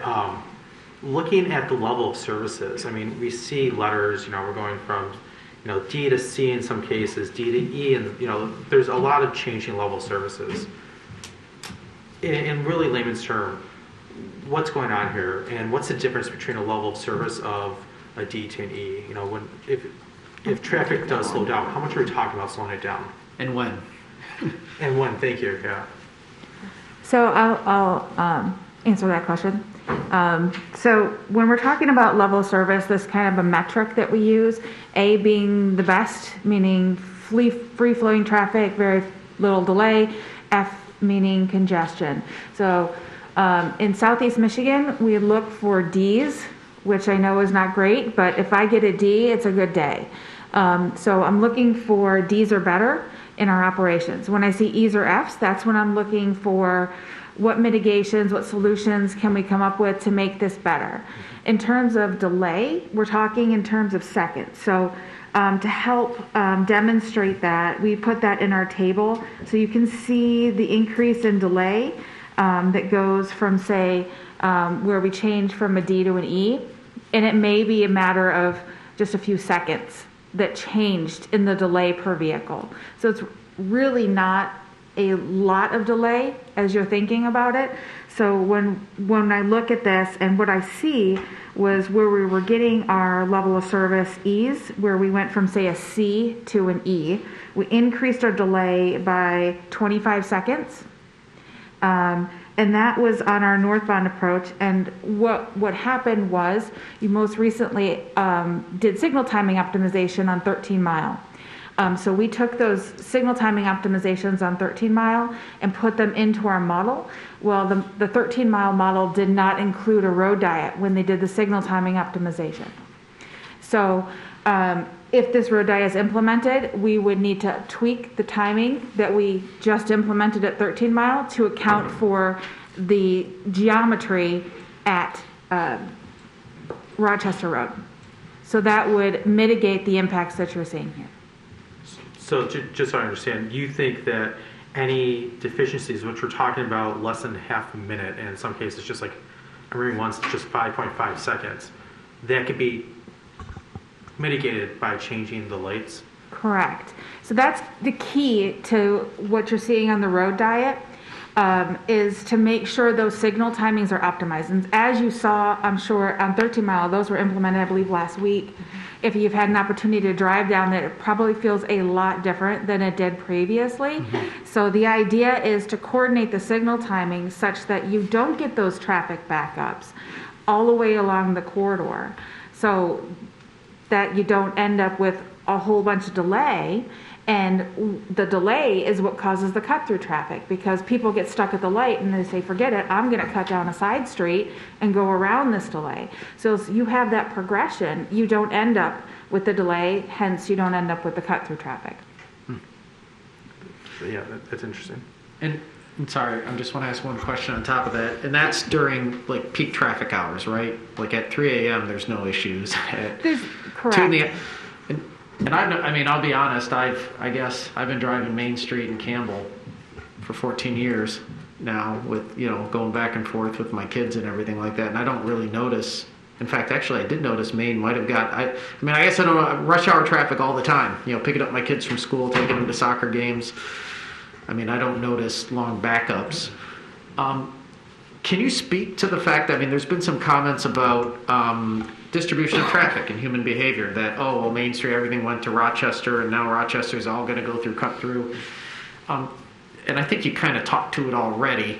That's a hypothesis, and I'm sure you tested it in the study, or at least can infer what that answer would be. Can you talk a little bit more about that, and help us understand how realistic that is and some of those things?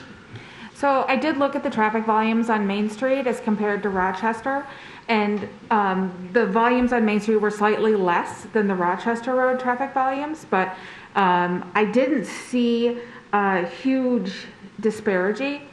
I'm saying the wrong word. Between the volumes on the peak hour traffic volumes on Main Street and the ones that we evaluated on Rochester Road. So I didn't see where there was say half the traffic from Main Street that was there now all of a sudden went to Rochester Road. I didn't see that in the data. And I'll just add to that, I think part of the reason that we did the study is because that was a hypothesis. Like, we just did Main Street. Did we double our traffic on Rochester? We better check this and not rely on our 2011 data here. And so that's what we used, is current data actually increased with COVID factors. So we're probably being a little overly conservative here with the numbers that were modeled. Would you agree? Yeah, so because we collected these in the December time period, we seasonally adjusted them, and then we also COVID adjusted them. So they were bumped up from the traffic volumes that we actually collected this past December. Okay. And just kind of on that, it's always an awkward time in COVID, but, in my professional side, I'm looking at interesting data, as miles driven per driver and all of these things. Can you speak to I think you had the horizon in there, 2042, because I think that's important for people to understand. When you do something to a road, you got to be thinking about 20 years in advance, And the population of Michigan is stable, if not decreasing. We have our demographics show that we're going to continue to see shrink in our population probably. And how people are commuting and moving around community is much different. Can you speak a little bit to what those long-term forecasts look like, and how that plays a role in this recommendation?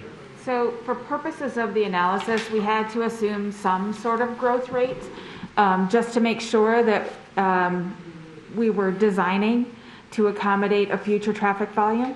The data that we're seeing, especially in Royal Oak and this type of community, is we're not seeing a lot of growth because it's an infill community, you're landlocked.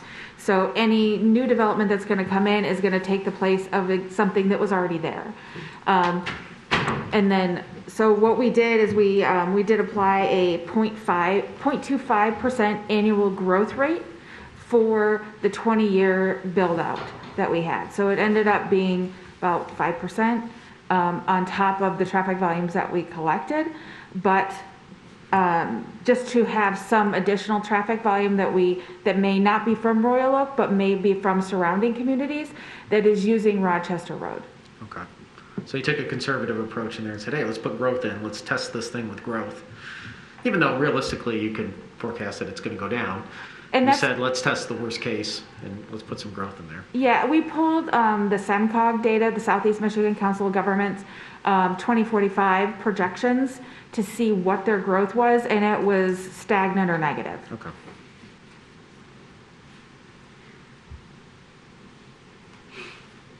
Mr. Colo. So I guess just one more question then. So we talked about level of service. How about the safety aspect of it? Because, you know, the thing you care most about, right, is to make sure that we keep people safe with what we do. So is this going to make this road safer? So yes.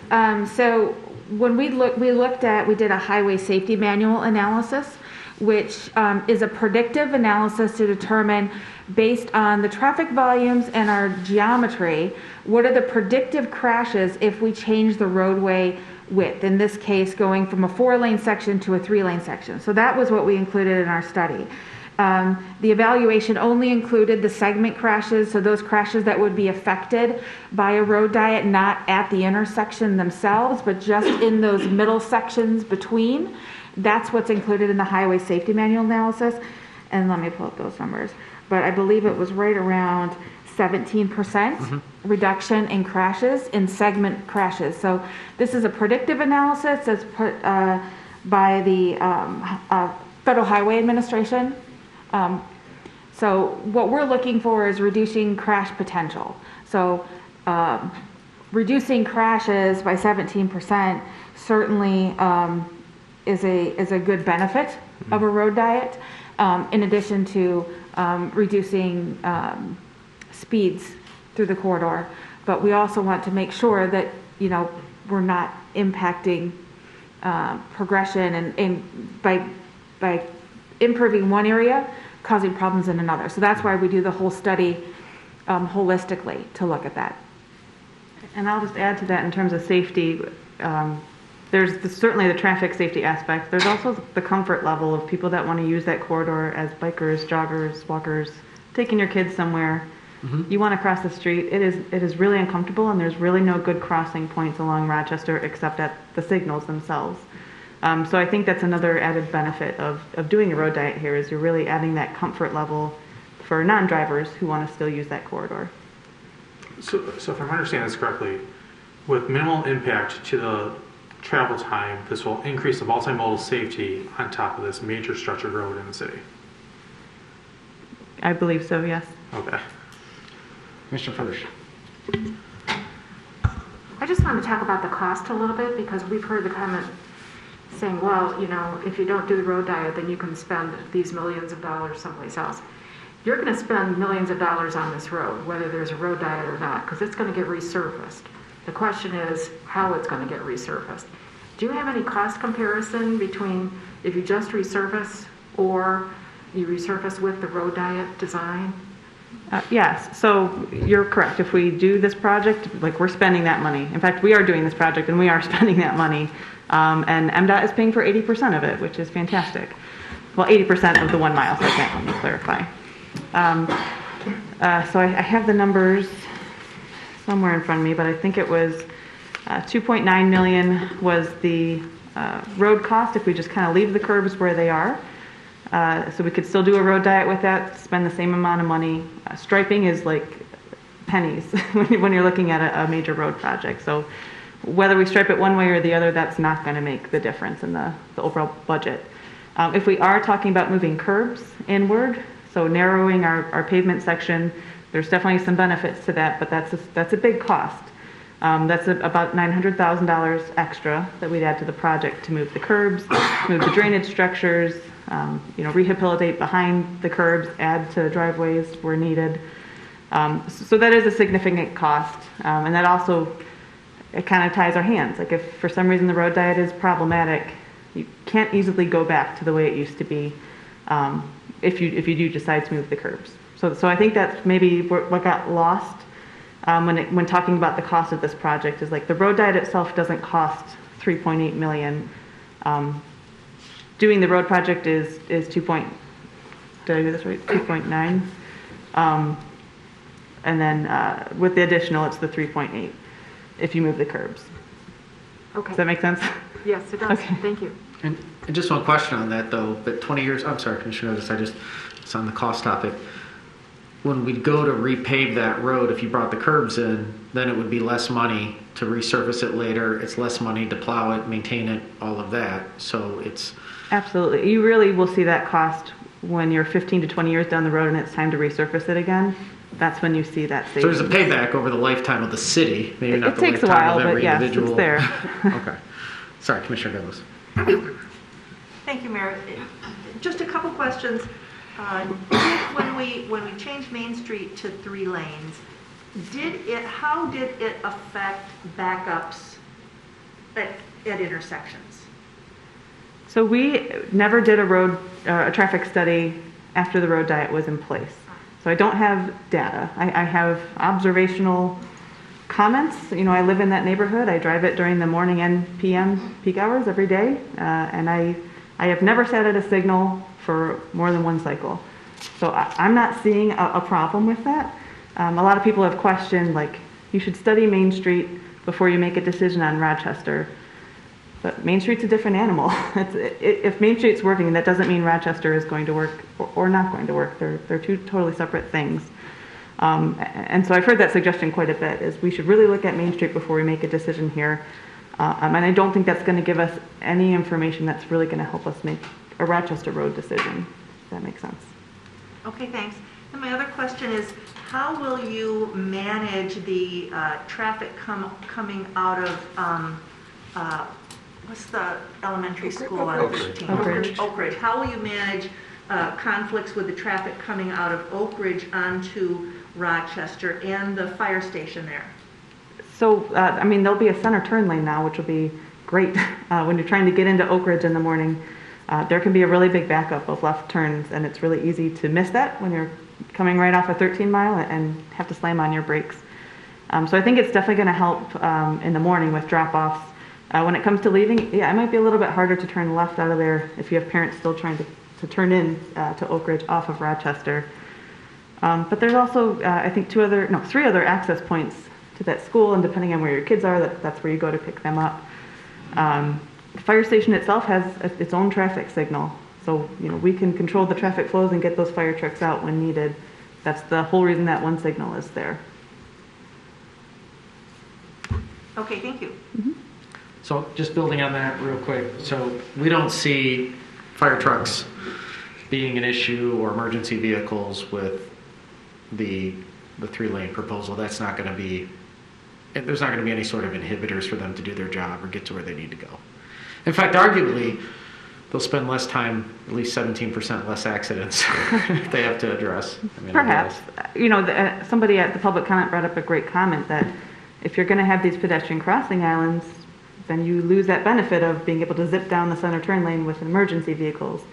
Granted, we're talking about like 2 or maybe 3. It's not like these are every 100 feet or anything.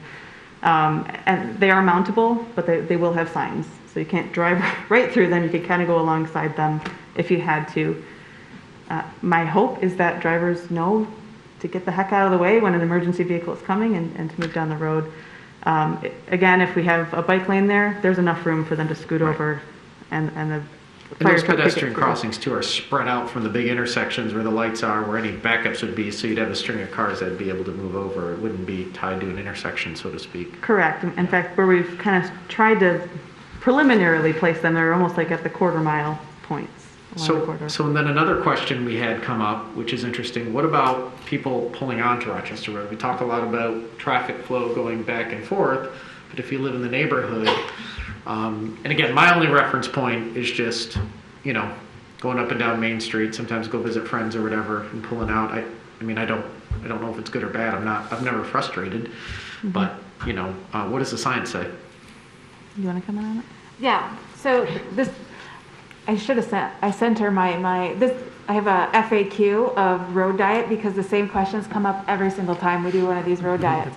But, so one of the issues right now is for a vehicle that's exiting, let's say you're making a left-hand turn, you have to navigate traffic in 2 lanes that may be at varying speeds, and then you have to navigate vehicles coming the other direction in 2 lanes that are traveling at varying speeds.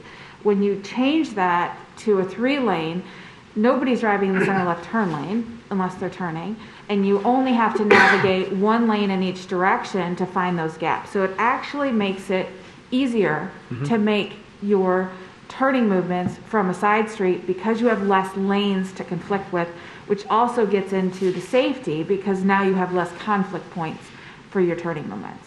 Ah, that explains my occasional morning commentary turning left on 11 Mile that my kids call me out on when we're running late. It's 4-lane there. Okay, that makes sense. Commissioner Colo. Thank you, Mr. Mayor. I just had a question back again to Oak Ridge Elementary for a moment. Having driven north on Rochester Road in the before times quite often when my son went to preschool near there, Oak Ridge does back up, right? There's people who try to get in. Has there been any thought to adding a turn lane, like a right-hand lane going northbound there, just to increase the approach to the school? Has any consideration on that?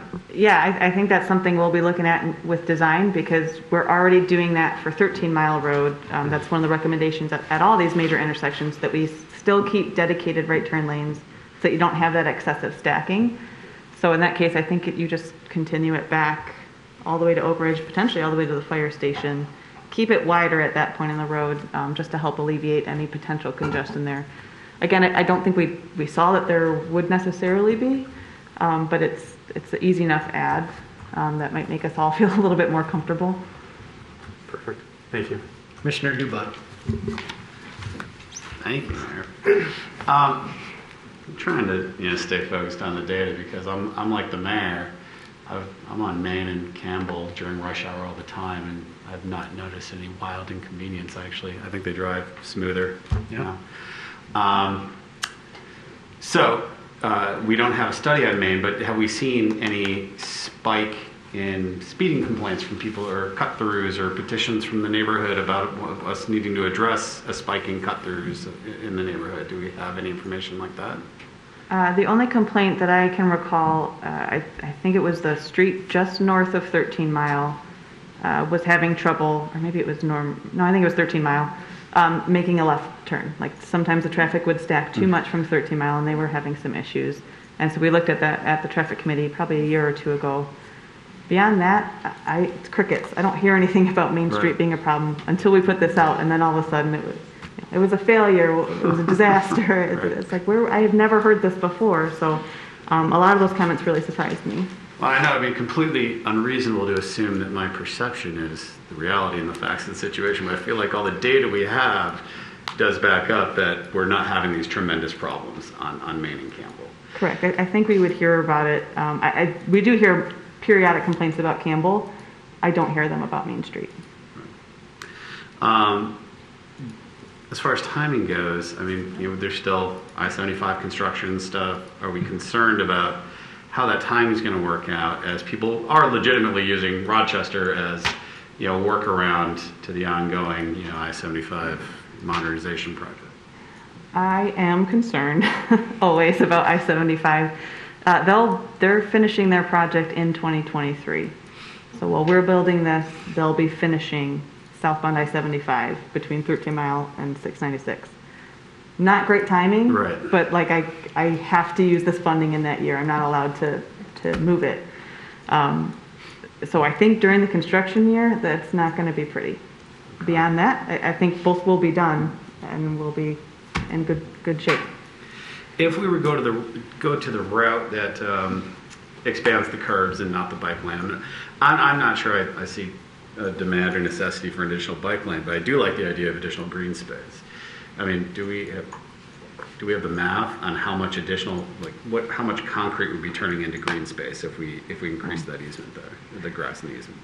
I do not have those numbers available. I could run them easily enough, but I don't have them tonight. I should have done it myself. It's very basic geometry, but I did not get to it. I mean, if you think about it, it's a quarter of the road, right? You're Right. 25% away, so that alone kind of gives you a good sense of you're making a substantial impact there. For a couple months, right? Yeah. That feels like a tremendous community benefit. And if I'm understanding you right, like the worst case scenario of the road diet, even if you disregard all the clear benefits of reducing accidents and things, is during those 10 hours a week where we have peak times, it might slow things down, a person down like 25 seconds. Correct. That's the worst end of days scenario, and that's us being conservative with the estimates. Like this is really how bad it can be. Correct. I feel like when I stack these things up, it's a clear better use of public space to do the road diet. It's safer. We can increase green space. It makes it more walkable. People were talking about the businesses there being concerned. Sorry, this is getting away from engineering. People are talking about the businesses there being concerned. Clearly, walkability and a more aesthetically pleasing space is good for business. Businesses don't want people to drive by their business as fast as humanly possible. It doesn't make any sense to me. So, all right, so I'm really trying to understand like the most negative thing, but all I'm hearing is maybe 25 seconds. Well, I think During those 10 hours, not all the other hours of the week where the Correct. road continues to exist, just those 10 hours, really. when I mentioned to Ms. Kroll that we were gonna put this out and get some public feedback, she was like, just be ready. Like nobody wants a road diet. Everybody has the perception that you're reducing a lane, so you're reducing their ability to get somewhere. And they don't necessarily look at the nitty-gritty data. They just have a perception problem with that. So I think we saw that for sure. And I was actually surprised to get almost 30% in favor. That actually surprised me. So. Okay. I don't know if any of you, the commission, is familiar with West Maple in Birmingham. If you remembered what it was like before with the 4 lanes.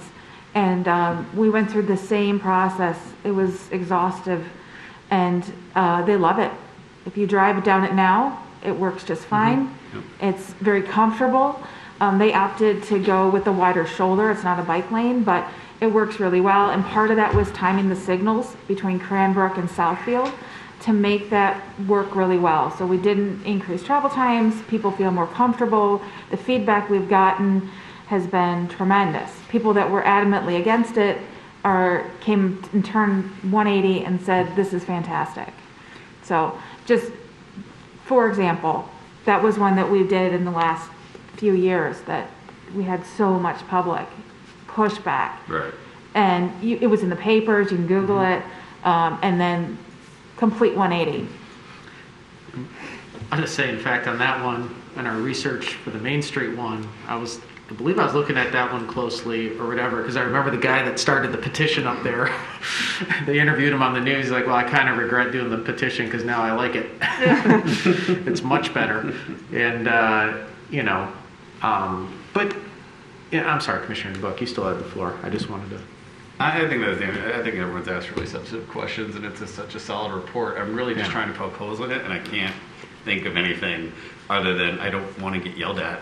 But from a public policy standpoint, to use a public space, it's a really strong argument to do the road diet. I'm having a really hard time thinking of reasons not to.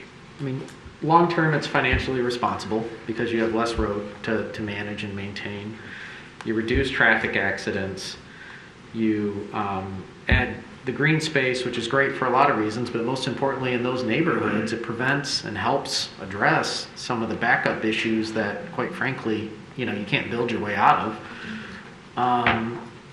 From a safety point of view, we've covered that. There's not this issue with, emergency vehicles. Cut through, if the lights are timed properly, and everything, we don't really see that cut through opportunity when the cars aren't stacked. So, that's a real risk. And like you said, worst case scenario during peak hours, like 5% of the time, it's like, do we have this road set up, 4 lanes, going back and forth, speeding, all these negatives that we just mentioned are positives if we approve it, for 5% of the time. 2 hours out of 168 hours a week we're designing roads for. And in reality, what I'm hearing is that the max is, 5 seconds, 25 seconds potentially. It's easier to get out of the side streets. I think that's a lot of logic. You're not covering 4 lanes, you're covering 2. The sign shows that it's easier to come out of the side streets. I find it actually the case when I go into Campbell, when I come out of some of the side streets out of my neighborhood versus trying to turn on 11. It's much safer and easier. I'm trying to rationalize this second of perceived inconvenience versus this huge bucket of benefits, and coupled with the fact that the growth plan, we're infill community, we're established, we're not growing, we're not building, turning 50 farm acres into 10,000 residences. Excuse me, sir, the meeting's up here. Sir, the meeting's up here, okay? We can't interrupt the meeting, all right? Well, it's hard for me to listen to this. Out of order. We're having the conversation up here. I don't mean to be rude, but we can't have meetings that, where it's just a back and forth. Sir?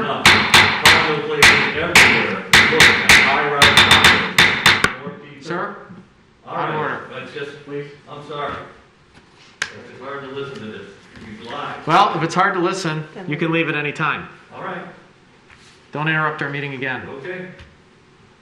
So, again, trying to rationalize irrationality is a struggle for me. So, Commissioner Perush. One other benefit which no one has mentioned, I don't think, is if you were to actually add the green space and move the curbs, you'd have a couple more miles of green space, which means you'd have permeable surface as opposed to impermeable surface of the concrete or the asphalt. And when we talk about mitigating flooding in this community, we know that we can't increase the size of the sewers because the ones that they go into aren't large enough. So we're dealing with rain gardens and increasing the permeability of as much surface as we can so that the water goes down instead of into people's basements. Mm-hmm. And I would take another 30 seconds sitting on the road rather than have a whole lot of water go into people's basements. It's not the ultimate solution, certainly, but I think every instance that we can utilize to increase permeable surface to absorb the water to keep it out of the sewers, we ought to go for it. And this is, I think, a great opportunity to do that and get federal and state road funds to do it for us. Commissioner Colo? Move that we move forward with the road diet and add the green space to the road. Okay, we have a motion by Commissioner Colo. Is there a second? Second by Commissioner Douglas. All right, discussion. Commissioner Macy. Oh, I'm sorry. You know what? Commissioner Douglas, I had her next. It's getting late. I'm running low on sleep these days. Forgive me. It is a universal truth that everybody wants to drive fast on other streets and everybody wants people to drive slowly on the street they live on. And yes, Rochester Road is a collector road, but it's also a residential street. Except for the intersections, it's a residential street. And if we are reducing speeds on this residential street, even by small increments, I think the people who live there benefit, not only from that, but from the added green space that we will be adding. I also hypothesize, and this is just a hypothesis, but there's some logic behind it, that people who now cut through from Main Street to Rochester won't do it if the speed limit on Rochester is now, maybe I should ask that question. Will you be lowering the speed limit on Rochester? So it'll still be 35? It'll be 35. Okay. So never mind that argument. I'm done. Commissioner Macy. All right, so here I'm making the counter argument, and I didn't say anything before because I don't think I have any questions, because I think the report is incredibly thorough, and I'm absolutely convinced that a road diet would be great, and it sounds like everybody up here is convinced that a road diet would be great. But then you have to go and ask everybody what they thought about it. And I'd like to say, great job on the outreach. Like, I think people were well informed. They didn't just find out about what it was, like that there was a road diet possibility, but there was all this information about what it would look like, what it would mean, what the benefits were. I was really impressed by that. Thank you very much for that. But no thank you for that, because people have been stopping me everywhere I go to tell me how much they hate the Rochester road diet idea, and that they think it's a terrible idea. And of course, we've all up here been talking about all the fantastic benefits of this, and I see them too, although I'm really torn about the pulling out the curbs versus I'm really worried about Oak Ridge. That's one of my main concerns, having that additional right lane space for that there. But I think when we're asking people for their opinions on this, and then we're giving them the information they need to make an informed decision, I don't think it's a situation where they want to drive fast on other roads and slow on their own. I heard from people who live right along Rochester. I heard from people who are at Oak Ridge, and they all seemed, it wasn't 100%, but most of the people I talked to, by far and away, really didn't like the idea of it. And I think if we are forcing this on a population that hates it before it starts, I find it pretty unlikely that it's going to be as successful as we want it to be. And I hope it's going to be like North Maple was, because that sounds like, is that what it was, Maple? That sounds great. Like, I hope that will be the case. But that's certainly not what I'm hearing from people. People aren't saying, like, thank God we have Main Street Road Diet, thank God we have Campbell. I hear complaints about Campbell quite a bit.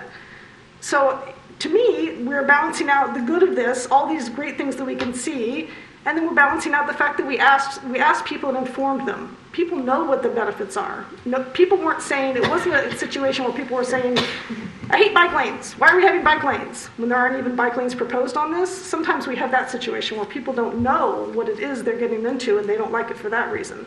I think we did a great job of informing them, and then we heard pretty resoundingly that people don't want this.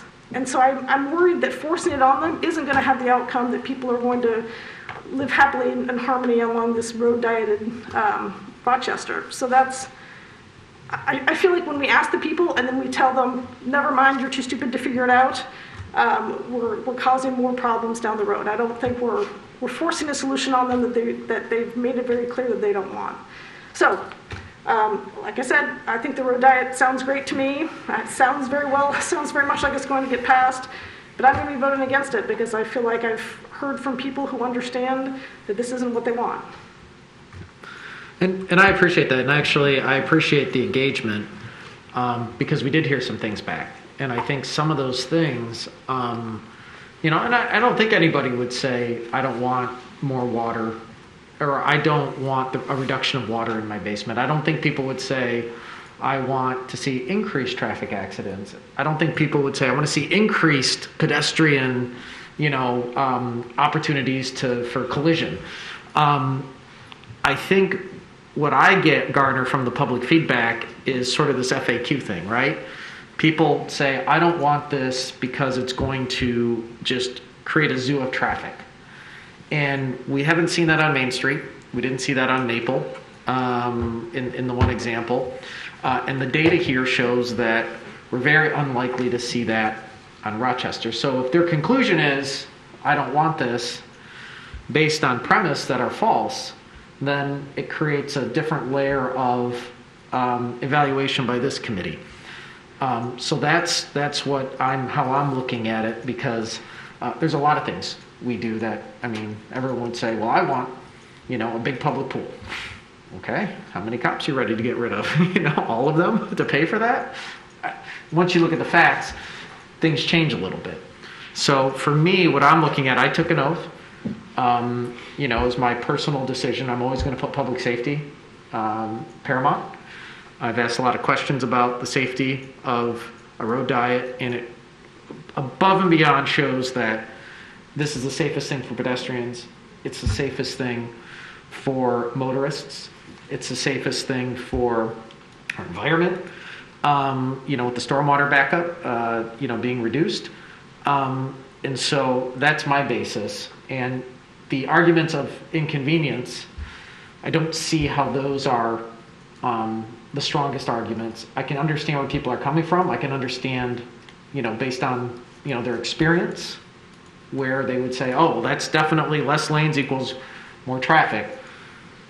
But the folks that do this for a living, that study this for a living, that didn't let us down on Main Street, I don't see that. One, I see positive trade-offs, but I don't see those negatives being as big as I think what people are believing. Commissioner Colo, then Commissioner Mason. Mr. Mayor, thank you for mentioning community pool, by the way, because we didn't talk about that during ARPA, and I very much want that moving forward. So let's bring that back. So to Commissioner Macy's point, I think there's kind of some differences here, though. When the survey went out and said, "Do you want a road diet?" I think that survey had originally said, do you want a turn lane on Rochester Road? It's a lot different answer, right? Because there's a whole connotation that comes with if it's a road diet. And I think if you ask people, do you want a turn lane? I mean, how many times have any of us been stuck behind someone on 11 Mile Main, Main downtown, where you just get stuck, someone trying to turn left, it takes forever. So I think the way we asked the question was somewhat loaded by asking about a road diet.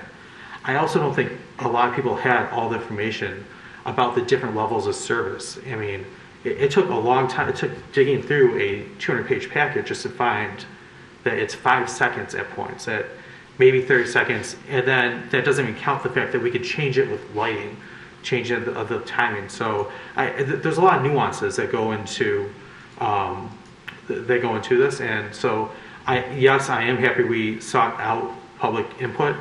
I actually wish, had we done that, it would have been a little bit more informed public input, because I don't quite think that maybe people knew exactly what we were looking at today and the differences and how it will impact the road. I mean, we've been here for a couple hours now discussing this, and it feels like a couple hours. But it adds a lot of nuance to it. So yes, I hear what you're saying, but we look at the science and we know that it's safer. And that's why we're making a hard decision. Commissioner Macy? And then, well, do you mind if I'm going to let Commissioner Hunt go? Commissioner Macy. Commissioner Macy, Because okay. I just want to respond. Sorry, I quickly. always seem to look to the left. I don't know, it must be it's an absent extras part of me. Well, I was just going to say that I totally agree about the FAQ and about maybe the survey being worded differently. And that I meant to say that actually is that I think if we had information about the Main Street Road diet, which I understand what Ms. Donahue was saying, that's probably not relevant. But that's information that people were looking for. So if we were to put that out there, and if the FAQ were like really widely publicized, even not necessarily with this, maybe that's just something we should be putting out generally to the public. Like, here's an FAQ about what road diets do and what they look like. So we could be slowly building up understanding of what this is. Or we could be saying, instead of calling it a road diet, we could be saying adding a center turn lane, or something else that phrases it in a way that people are more interested in and more geared up to be able to accept what this is proposing, and looking at the benefits. Because I do agree that when people hear road diet, the first thing they think is, oh my God, it's going to take me forever to get somewhere. Although I disagree that that's the only thing people are talking about. I think there's a lot of the concern was about cut through. That's what people were talking, at least to me, were talking about cut through and pushing traffic, because it's not like we're not going to lose cars. We're not doing anything to reduce the number of cars. We're just slowing them down, which is a benefit. But those cars have to go somewhere, and they're going to go they're still going to go. That's where we asked the question on cut through. As far as if you retime the lights, then the traffic's moving. There's no incentive to keep the cut through. But Commissioner Hunt, and then Commissioner DeBook. As I was reviewing this document and all of the other traffic studies that I reviewed in preparation for this, I tried to keep the voice of those that objected to this road diet in my head. But what it came down to was the safety aspect of it for me. Not only does it subconsciously slow people down, I think in the event that there was an impact, there was an accident, the impact would be much less severe. Individuals would be harmed less, or there'll be less damage. I think the environmental side of it is a plus.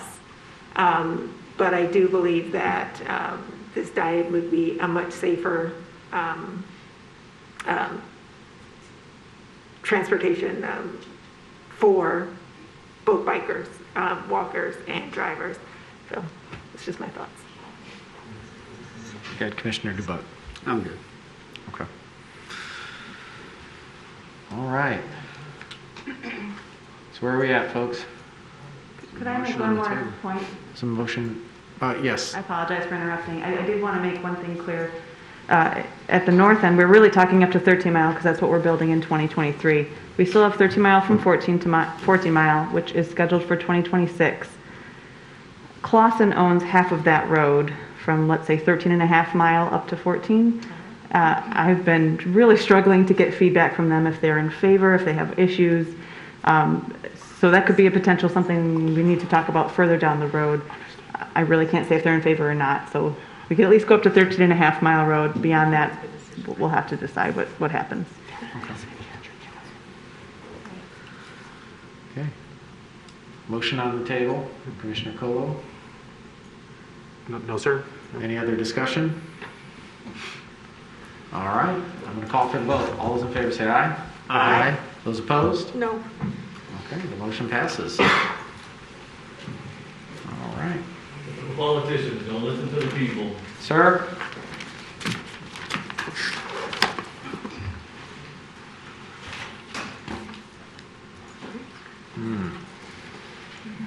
All right. Well, looks like we'll have less disturbances moving forward, so we should be able to get through the rest of the agenda. I have a feeling he's not leaving a Valentine for us on his way out, but I could be mistaken. You can use the big money from Road Diet to console yourself.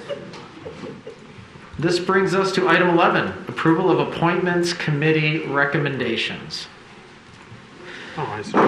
And I don't know who chaired the last. Commissioner Colo. Commissioner Colo. I drew the short straw.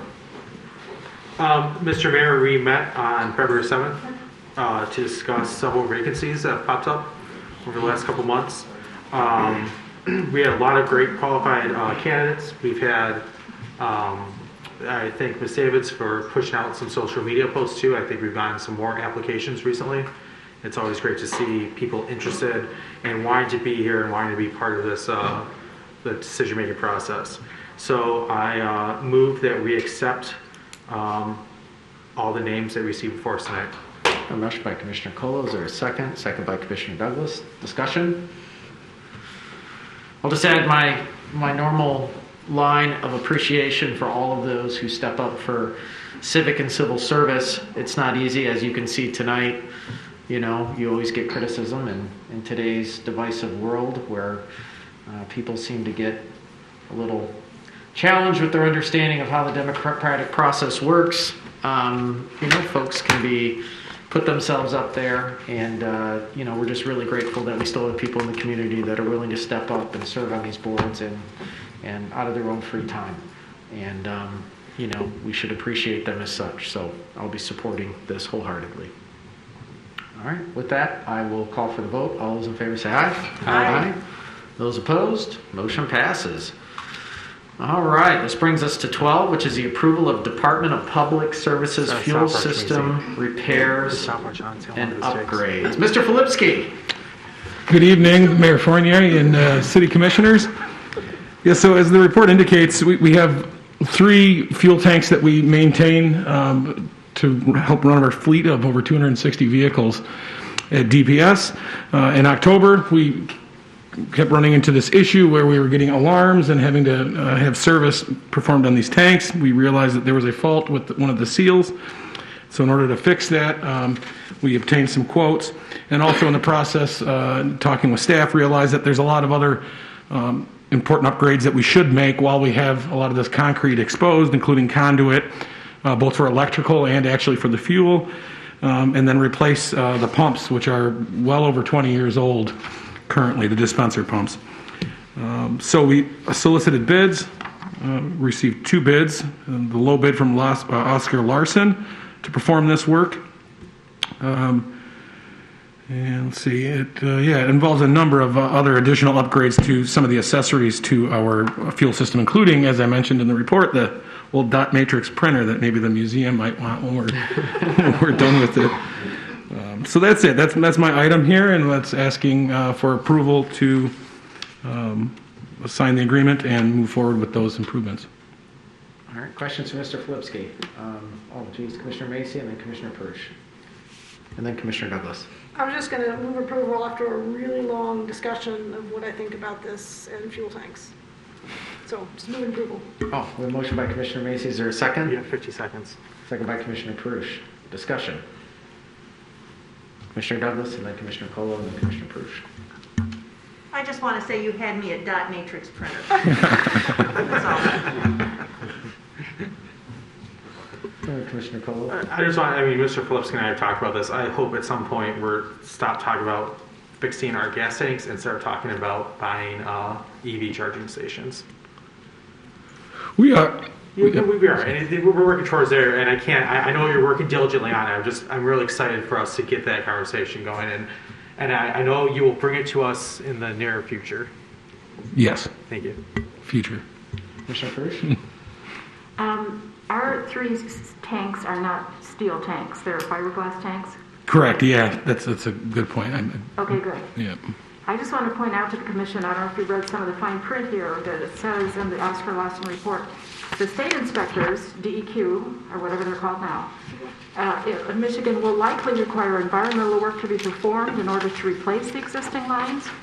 It will be the responsibility of the customer to contract this testing. And then in the next line it says, the above price does not include permit fees from the state, special drawings, dewatering, contaminated soil or liquid disposal, any environmental work, or any special testing that may be required by a local regulatory agency or by the state.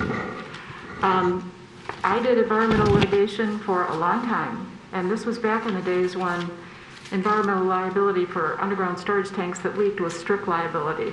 If you owned it, even though you didn't cause it, you paid for fixing it. And the law, thank goodness, has changed because the city of Royal Oak paid a lot years and years ago because they had a parking lot over at an old gas station, which they didn't realize, and they had to pay to clean it up. So gasoline, unfortunately, is just one of those substances that finds its way into these little cracks and leaks, and like a sieve sometimes. Thank goodness our tanks were replaced when they should have been, and they are fiberglass, they're not steel. Otherwise, we'd be looking at a horrendous situation. But I know that there's a $270,000 price on this, but I don't think that's going to be the end of it. Because I think the state is going to require some environmental work. I think it goes without saying that they're going to find some contamination due to the age of the equipment.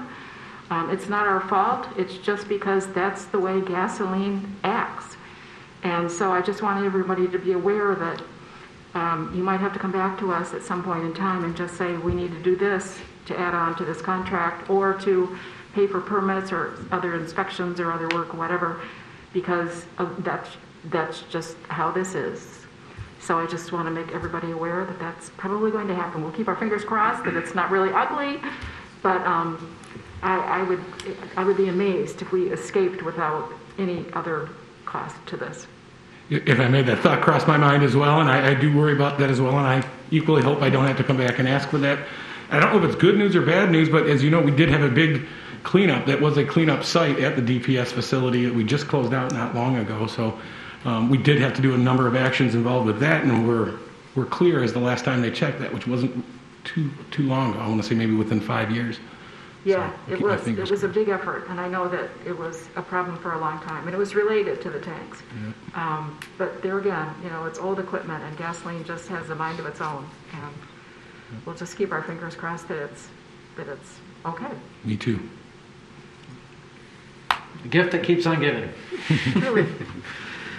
Yeah, and I think too, this is one tank, but hopefully there's some really cool technology coming down the road. I mean, we see a local OEM here by 2024 is launching a full-size pickup with 600-mile range and could tow, your entire house off its foundation if needed be. So, I think down the road, hopefully in the next 10 years, we're not replacing another tank, we're retiring another tank, and this will be for future generations something behind us. So, but we still got diesel trucks, we still got work to do, roads to plow. You name it. So, all right. Anything more on the motion? All right. If not, I'll call for the vote. All those in favor say aye. Aye. Those opposed? Motion passes. This brings us to the last item on our agenda tonight, item 13, regarding recommendation of council as discussed in closed session. Commissioner Dubuck. Mayor, I move to accept the settlement agreement related to Hamad versus City of Royal Oak. Lawsuit is discussed in closed session and further authorize the mayor and our city manager to sign on behalf of the city. Motion by Commissioner Dubuck. Is there a second? Second by Commissioner Prush. Discussion? All right, with none, I'll call for the vote. All those in favor say aye. Aye. Those opposed? Motion passes. All right, that brings us to the end of the agenda. Notwithstanding anything for the betterment of the people we serve, I'll entertain a motion to adjourn. We have a motion by Commissioner Colo. Is there a second? Second by Commissioner Dubak. Discussion on this motion. All right, with none, I'll call for the vote. All those in favor say aye. Aye. Those opposed, motion passes. Adjourned.